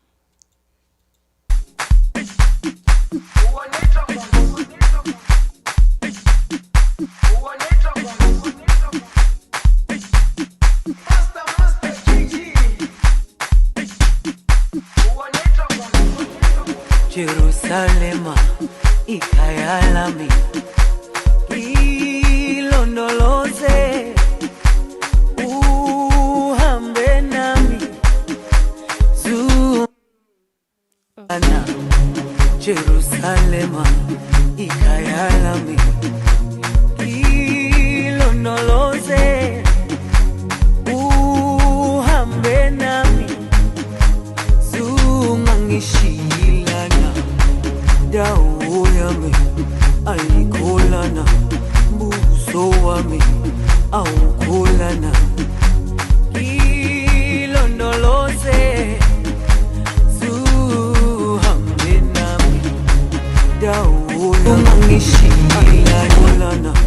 buso wami awukholana ilondoloze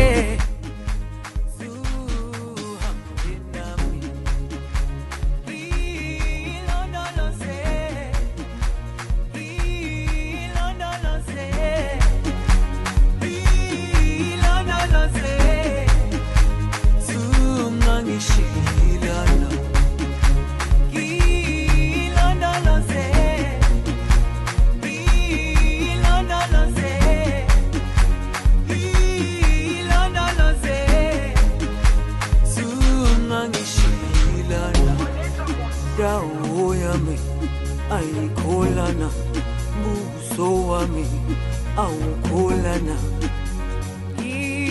ilondoloze zuhambe nami dawo yami ayikholana buso wami awukholana ilondoloze zuhambe nami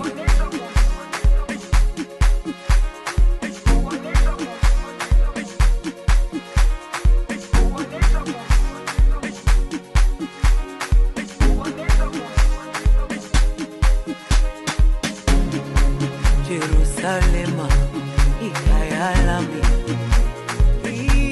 ilondoloze uhambe nami zungangishilana Jerusalema ikhaya lami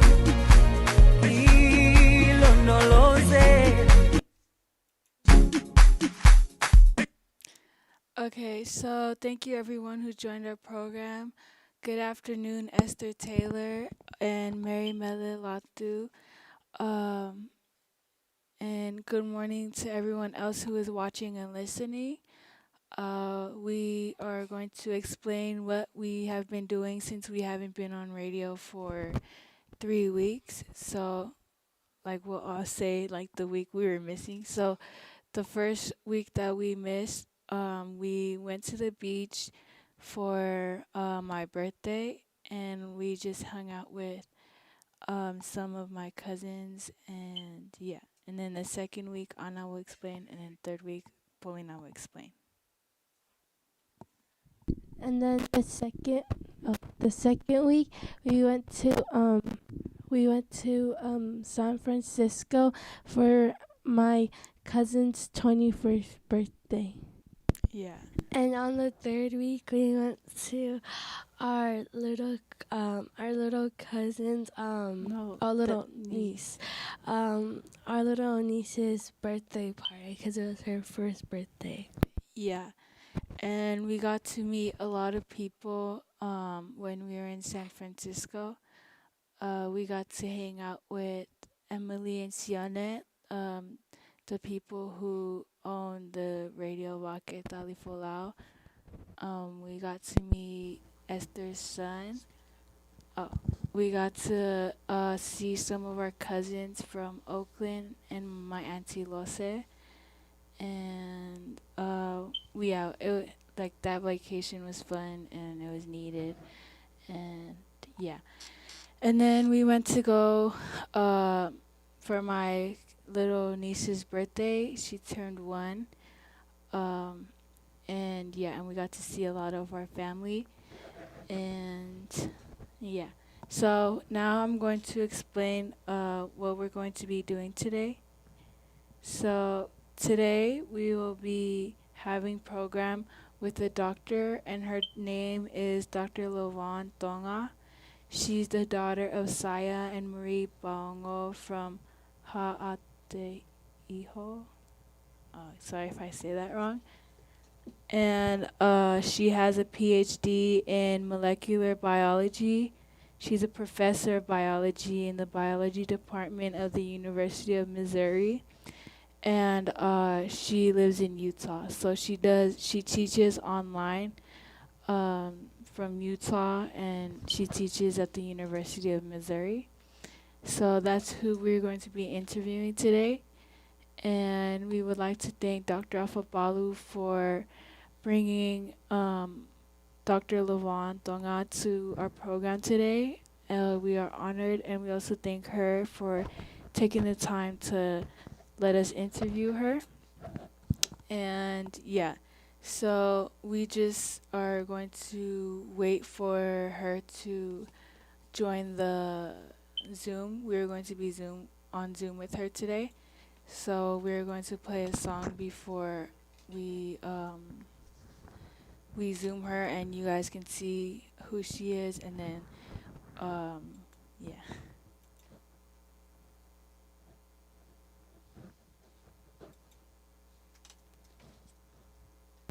Thank you everybody who joined our program today.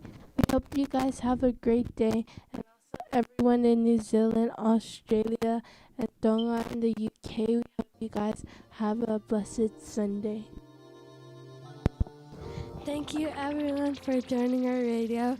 We hope you have a good day and happy Sabbath to everyone in New Zealand, Australia, and Tonga. And we love you guys.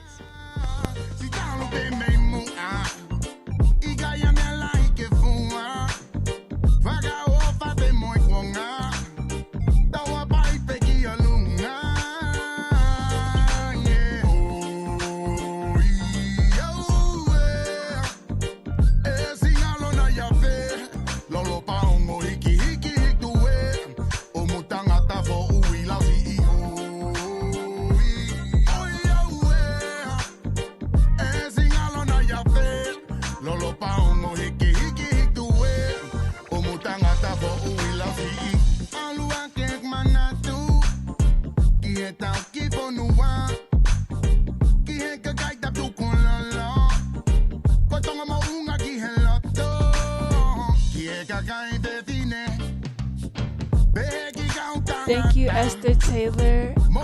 We love you, and we hope you have an amazing weekend.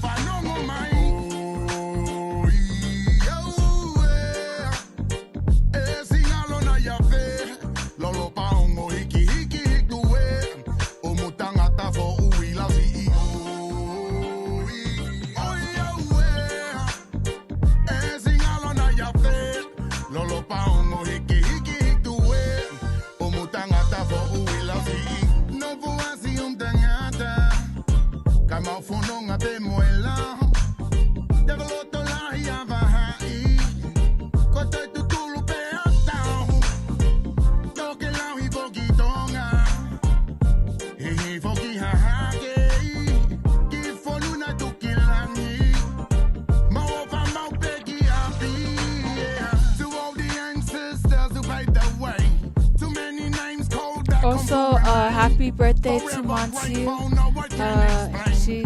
She's turning 1 today, and we wish you happy birthday, and we'll see you soon.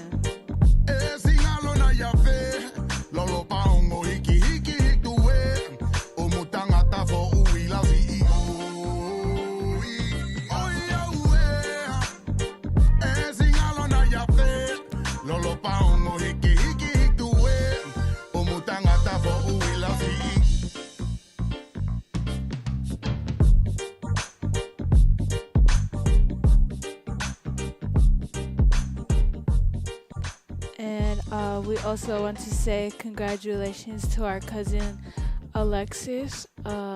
She graduated from Moreno Valley High School, and me and my mom went to go to her graduation, so congratulations to you. And yeah, so if you see the black line thing, it's because when we do Zooms, it shows that on the camera. So yeah, so we're just waiting for Dr. Levon to join the Zoom, and we will begin our program, and we will begin interviewing her. But for now, we will continue playing music and talking, and yeah. So we're going to play this song, and Polina did a ta'alunga to it, and yeah, and she should dance to the song.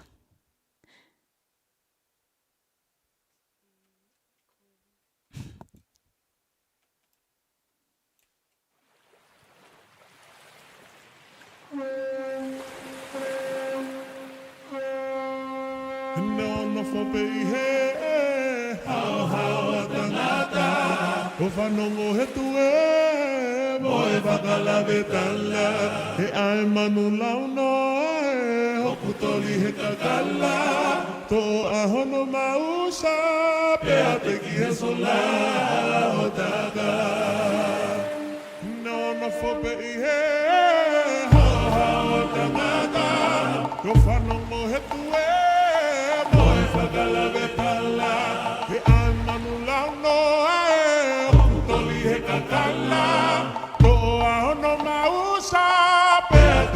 Sola otaka, hey longa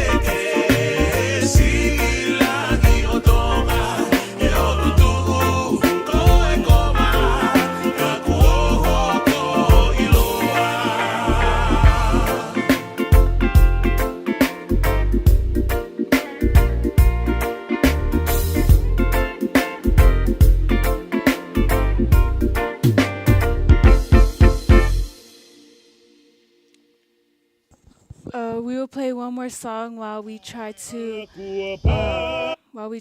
bring Dr. Levon onto the Zoom. Military grade portable. And yeah, while we get ready to bring her on the Zoom.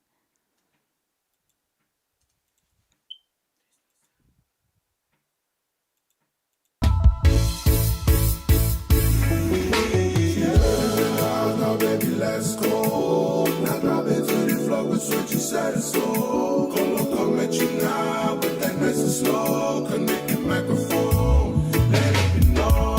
Yo tolo fe o faaki e dava mama o pe a tupu laki ai o fani ne o piu hono sani o ia we me a ongo ko tamai tangi mai eu tupu I he maoni He ale tale Uo kavea si e kuloto I he kakala pakavale Taumaya Keu kahoa Ai ki ha o fanga Kena fe ao I tane kinanga Si o to o fatue lo fatai Kumiha o kakala Keke o fai Koe o fani He ikai toe he liani Fai vatangi No ani ikai osi I he maoni I he ale tale Uo kavea si e kuloto I he kakala pakavale Taumaya Keu kahoa Ai ki ha o fanga Kena fe ao I tane kinanga Amaloko kua hoko kasi o takolosi Mahamaka futa urewa ki he poni E uku mai mama mai hapa kia E meke wawhino fisi e ta o wha Teu pelula kausia ki taulanga E itulu se sia ale tale oi ofa Teu luva hoku kotoa maau koe fe ofa akini Koe mate he ofa tu Mate ofa tu Teu tupu I he maoni I he ale tale Ua kavea si e kuloto I he kakala pakavale Taumaya Keu kahoa Ai ki ha o fanga Kena fe ao I tane kinanga Teu tupu I he maoni I he ale tale Ua kavea si e kuloto I he kakala pakavale Taumaya Keu kahoa Ai ki ha o fanga Kena fe ao Ki tane kinanga Okay, so our Zoom had a different link, so she's trying to join the Zoom right now, but we will continue playing music. And thank you everyone for being patient and waiting for Dr. Levon and us to start the program. Again, we hope you have a great weekend, and yeah.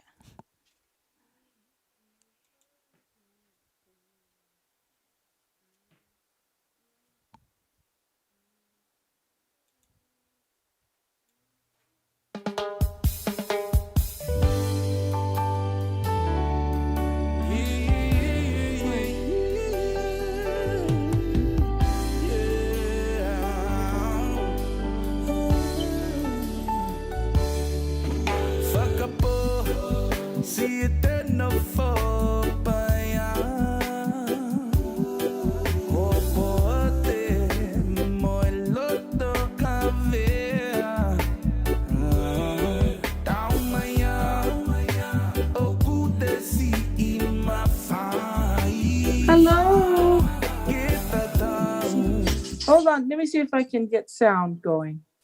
Oh, can you hear us? Yes, I can hear everyone. Can you hear me? Yes, we can hear you. Is this Marie I'm speaking with? Yeah. Yeah, let me set the screen and we will properly introduce ourselves. And yeah. How's your day going? Oh, going well. Sorry, it's a bit hectic and I feel bad. You all look very beautiful and dressed up. I have a no makeup look.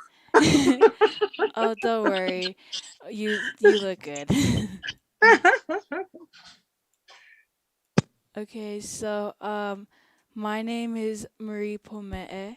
My name's Salote Anaseni Pome'e. And mine is Bolina Pome'e. And we are Youth Hour. Are you all sisters? Yeah, we're all sisters. Lovely. I think, thank you so much. I think this is a wonderful program that you do. I'm wondering, Marie, if we spoke a couple of years ago, is this a youth radio show that you host? Yes. Yeah. Yeah. And are you folks, where are you folks located? Victorville, California. That's right. I thought so. Well, I think this is awesome. Dr. Palu has just given me just some brief background on what you folks do, but do you mind reminding me again the purpose of your show and what you do? Yes. So our program, so everyone that does radio is mainly like older people than us, like in their 40s and 50s. So my dad brought the idea of, my dad and Dr. Afabalu thought it would be a good idea to have younger people do a radio, like a podcast.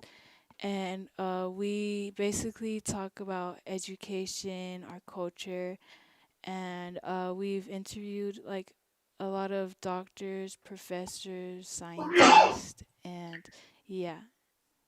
Well, I think this is an awesome idea, and kudos to all three of you for being engaged, and taking on this type of activity. It's a great thing to see you young people breaking boundaries, even, and not being afraid to try something unique and different. So I love it. I love it. Okay. Thank you. And thank you for joining our program and taking the time to let us interview you. Sure. So I will we will go down and each ask you questions. So I'll be the first to ask you a question. And sorry, let me open my questions up. So my first question is, how can you deal with handling online school from Utah and your students being in Missouri? Okay, so that's a great question. Yes, so I still teach, especially during the lockdown. Everyone, the community college that I was working with, because I moved from Missouri, the Metropolitan Community College, everything locked down because of COVID. And so being long distance, it was a tough one. But it didn't really matter whether you were taking an online course or a face-to-face course. Because of COVID, if it was going to be an online experience. And I've taught both online and face-to-face. I will tell you this: online courses, especially in the sciences, are difficult to do. Whether that's you're the student or you're the teacher, they are difficult experiences for both. I'm not saying that it cannot be done. It can be done. Some experiences are more effective, I would say, than others, especially when it comes to the hands-on laboratory experience.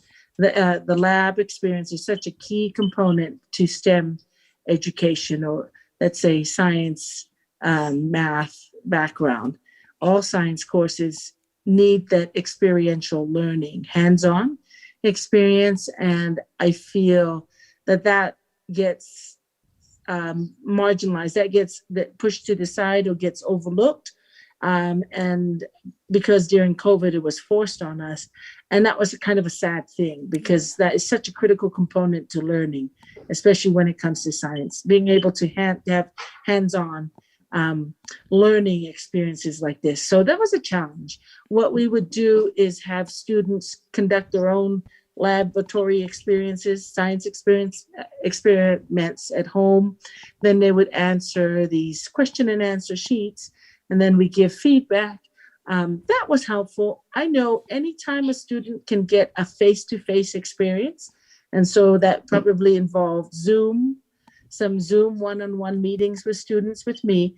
That was always very helpful for the student. But yeah, it's not it online courses. I really feel are they can answer a certain niche of learning. I really, if my advice, if you were to ask me as a science professor, college teacher, especially those on the younger end of their college experience, like freshmen, sophomore, if you ask me, how do you feel about online science courses? I will automatically say from the get, right off the bat, I will say, if you can take a class in person, take it. Meaning when it comes to science courses, because you need that interaction with the professor and you need the laboratory hands-on experience. Does that help, Marie? Yes, it does. Thank you for your answer. And yeah, we all agree with you. We would rather go to in person than online because we are more focused and you're with the teacher and it's more easier. I know. I actually think it's easier to do a face-to-face. Yeah.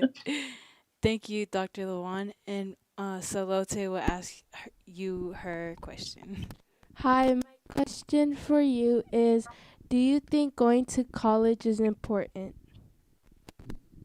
Oh, that's a great question. Is it Salote? Yeah. Salote? Yeah. Yes. Oh, that's a great question, Salote, and I love that question. Do I think that going to college is important? And I've taught coming on to 12 years at the college level. If you asked me this question, 10 years ago, I would say yes, absolutely. College is important. Uh, Fast forward 10 years later, 10 plus years later, and I will probably still tell you, yes, if you can go on to college, absolutely go on. But I have a little more insight maybe to this whole college experience. And I would say this: find something after that you are passionate or you are interested in. Find what makes you excited to get up in the morning and do more on. Does that make sense? Yeah. So it's not just going to college just to check the box, or I don't have anything else to do after high school. Take the time now while you're in high school to develop different interests, different talents.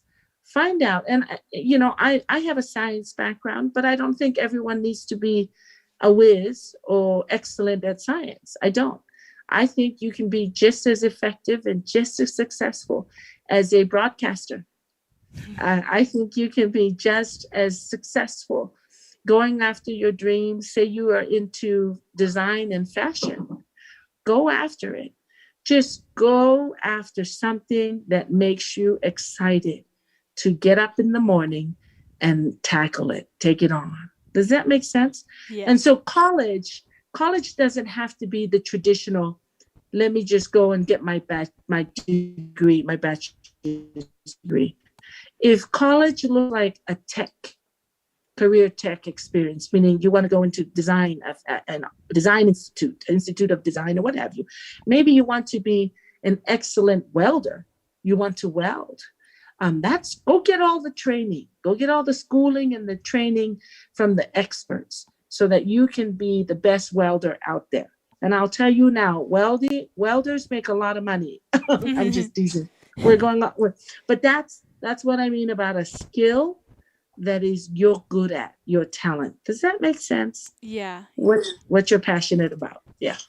Thank you, Dr. Thanks. Lawan. Yeah, we all agree with you.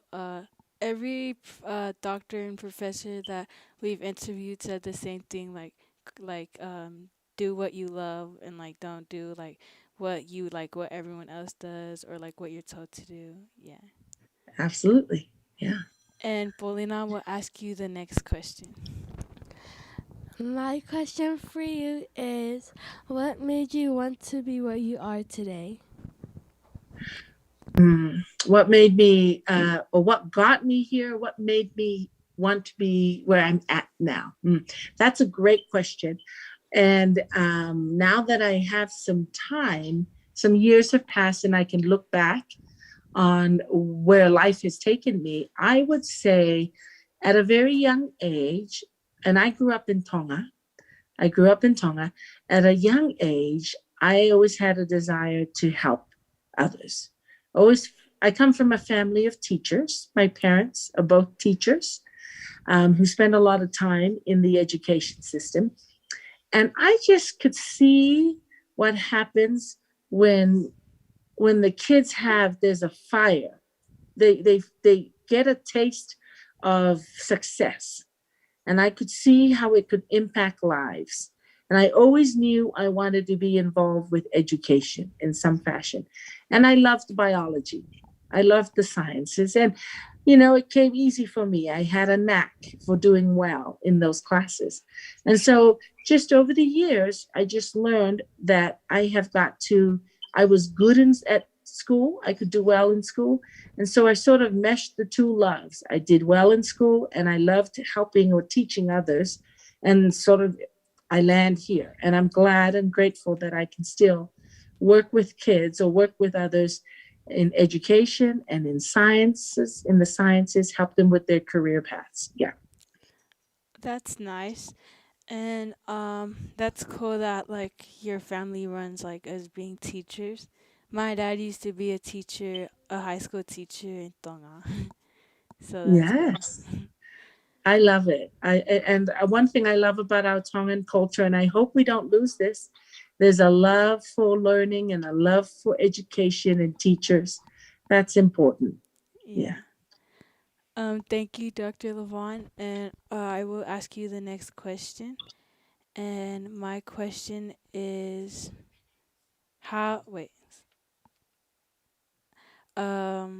as a Tongan student, how were you able to get this far? I know many students who finish high school and that's it for them. What was your purpose of continuing from getting a PhD to becoming a professor? And Okay. Yeah, that's a good. I like that question too. You guys all have such great questions. So here's one interesting thing, and I think this can be attributed to my time having grown up in Tonga, is that there's always this deep reverence for an educator. I think in our culture and in our society, we recognize that there is not much opportunity for us Tongans. Tonga as an island is very small, and there's not much by way of economic growth and economic opportunities for us to be financially settled. Does that make sense? Yeah. And so we have a deep respect for those who teach our children, because we know that that's their opportunity for a better life. That's the hope. And so I know that one of the things that fueled my desire to push to go as far as I could go was just having grown up in Tonga and realizing I always felt deeply that I was given more opportunities than others.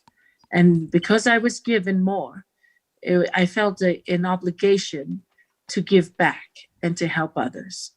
And so many times when I wanted to quit, I could hear my dad's voice in my head, my ears, and he would always tell me, I expect you can do more.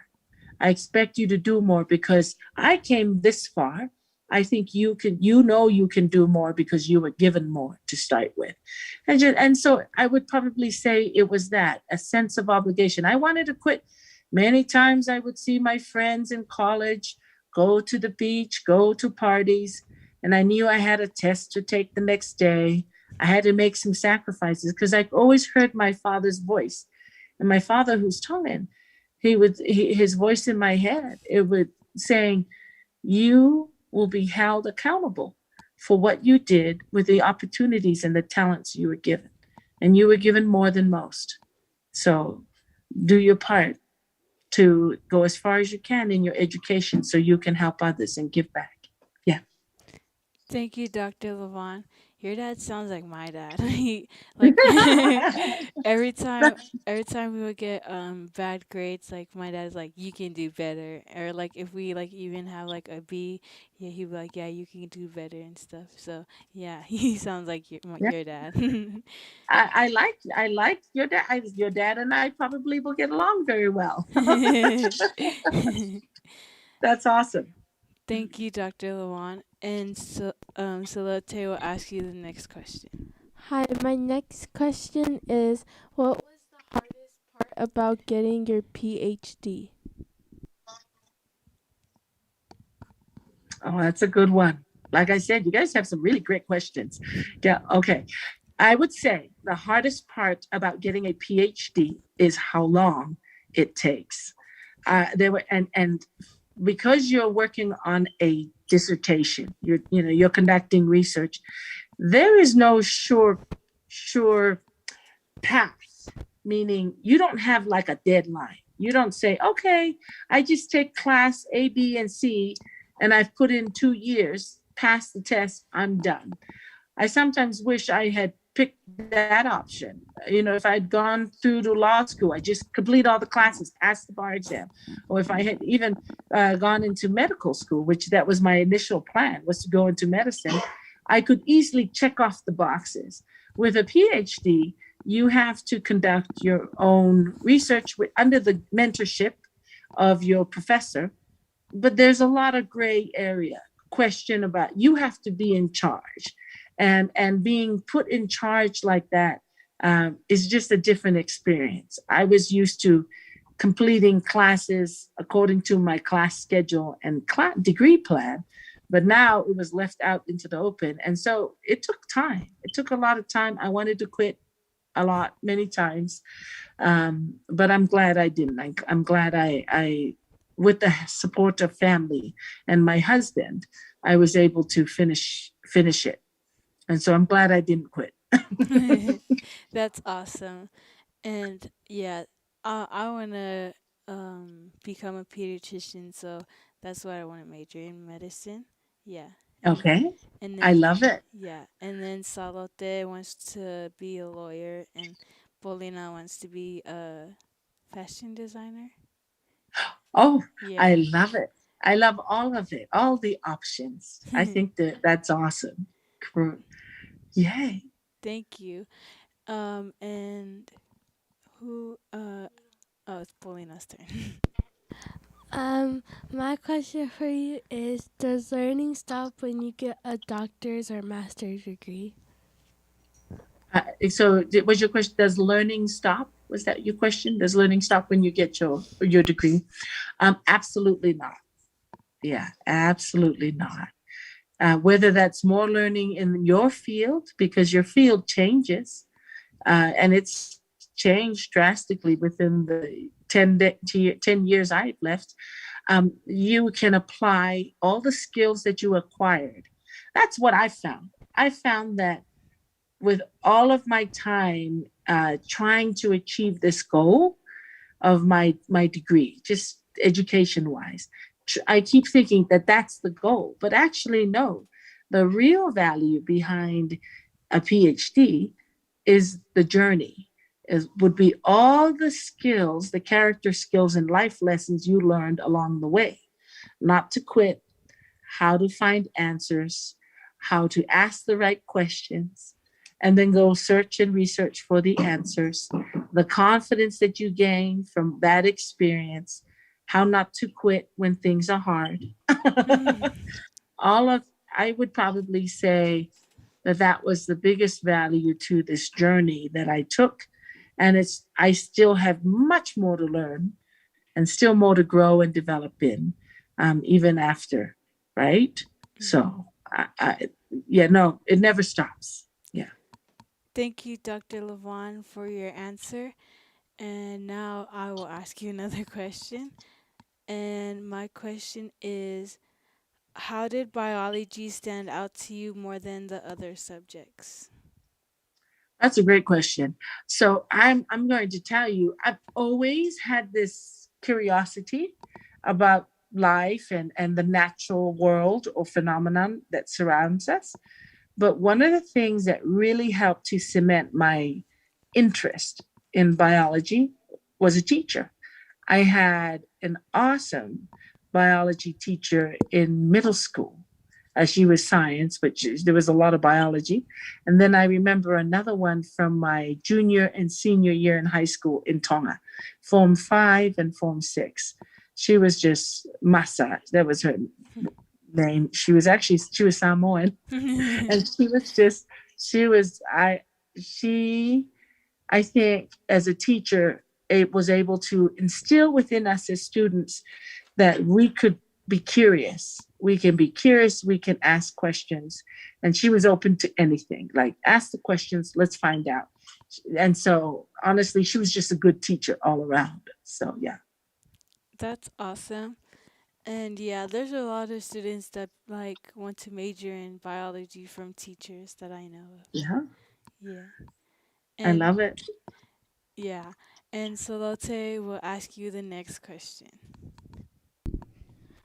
Hi, my next question for you is, when did you decide you wanted to become a biology professor?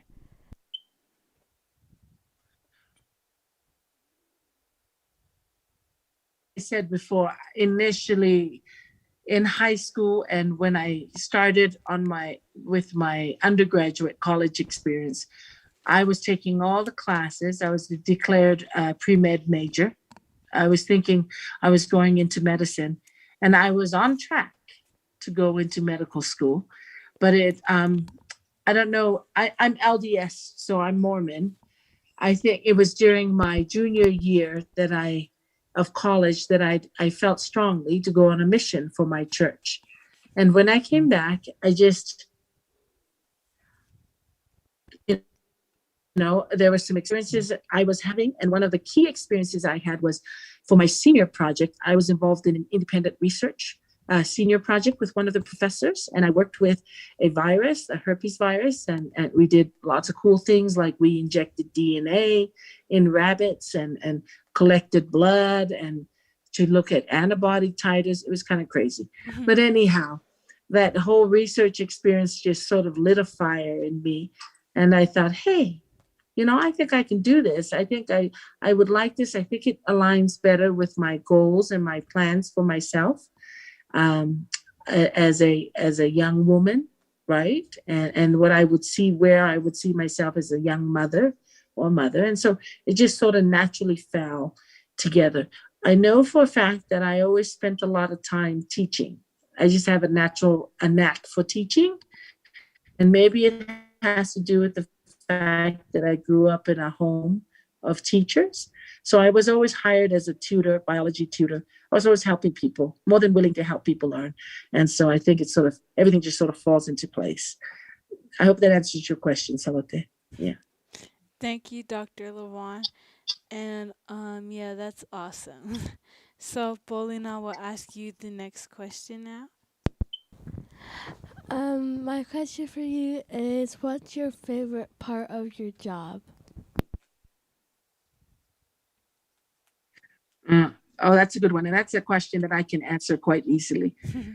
My least favorite, let's start with that, right? My least favorite aspect of my job is giving out grades to the student, right? Especially if I know they're not going to be happy about the grade. And sometimes I've had to fail students, I've had to tell students no. It's sort of like being a parent. My most favorite aspect of my job as a teacher on the college level, if you want to call it that, is that I can literally see when students get it, when they feel excited. And more importantly, it's a journey that the student has to go on, where I can almost see them take the confidence that's needed, that say, hey, if I put in the hard work here, I actually feel good. I feel good about my effort and I feel good about the results I see on my test or the quiz. I see their eyes light up. I see them get engaged and more passionate about the topic. And so I just see when they own it. Does that make sense? Yeah. They own their learning and they feel encouraged and they feel inspired to go out there and push themselves self to do better and work harder at their goals. And then that makes it all the more worth it for me. Yeah. Oh, that's awesome. And yeah, I know I love when I get I get how to do problems and stuff. When you've been Yeah. stuck in that position, I don't know how to do this. Yeah, yeah. I love it. I love when the light bulb goes off. But here's what's most important. I know we talk about grades and doing well, but what we don't talk about enough is that it's a journey, right? And the journey is this, that with hard work and discipline and effort, you can actually receive some of these immediate little successes, right? And it does wonders for you as a person. You're like, hey, I can do this. I can do this. It's tough. It's tough, and I can do. But you know what? I can do hard things, and that's the kind of student that I love working with. I know I'm always the smart, the well prepared, and the bright ones are going to do well regardless of whether I'm in the classroom or not. But it's the student who struggles, right? Who struggles, and it's a challenge for them. I often tell them, trust me on this journey. Do what I tell you to do, and I want you to catch the vision, right? Yeah. Thank you, Dr. Lawan, and that's awesome how you help kids and inspire them to do good and do to help them through when they're struggling and stuff. So that's Yeah. nice. Yeah. Oh, it's me. My question for you is, some Tongans or some people at all don't know what molecular biology is, and can you explain to us what molecular biology is? Yeah. Okay. Absolutely. So, and this sort of, I didn't know what that field was when I was an undergraduate, attending college too, until I took a course around the field. And I'm finding this was 20 years ago when I was as an undergraduate. But I'm finding that the field is just growing and just booming. So it has anything to do with the cell and the molecules within the cell. So when we talk about biology or levels of organization that take place in life, we can either focus on life, say, in an organism like the human body. So that would be medicine, right? That's one aspect of biology. Or let's say you're interested in saving the, the turtles. Like I have a daughter who's so into turtles and conservation, then you're probably more interested in ecology and the planet and preserving, biodiversity in this planet. And that's absolutely wonderful too. But I seem to have taken a peak in my interest was piqued when I took a course called molecular biology. And we spent a lot of time looking at the mechanics or the workings within the cell, one single cell. And so when you study molecular biology, it's such a broad field now, like genetics, genomics, studying things like proteomics, meaning proteins and how they are manipulated, how their function within the cell, and the list goes on. But if you can study the workings and all that goes on within a cell, maybe you can study things when things do not go well or go awry, and how that translates to even disease, right? And so cancer would be an aspect. Cancer biology is an aspect of molecular biology. Anyhow, I go on, but I hope that answers your question. It does. Thank you, Dr. Levon. And yeah, so that was our last question. But we thank you for joining our program, and you are super fun, and like it was like great interviewing you, and we hope to interview you in the future. Absolutely. I love this. I think you all do just great and do such a wonderful job and keep doing the great work that you do. I love hearing your voices and your insight, your perspective too. Thank you, Dr. Lawan. We hope you have a great weekend. Okay. Bye.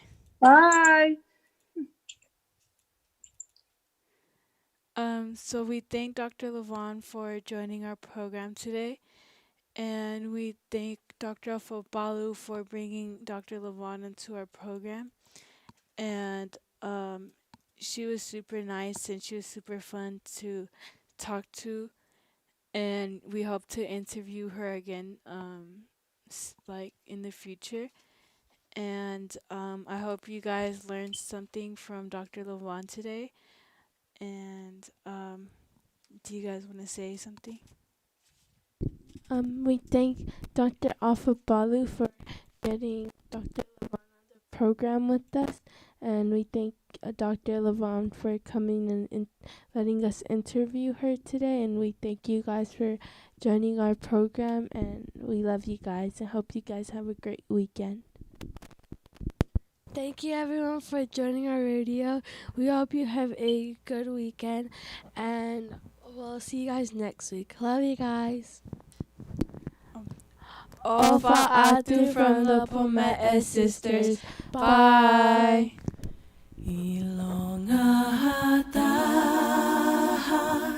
Thank you, Dr. Lava, for Levon for letting us interview you.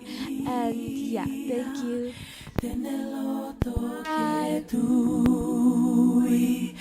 Etali esisu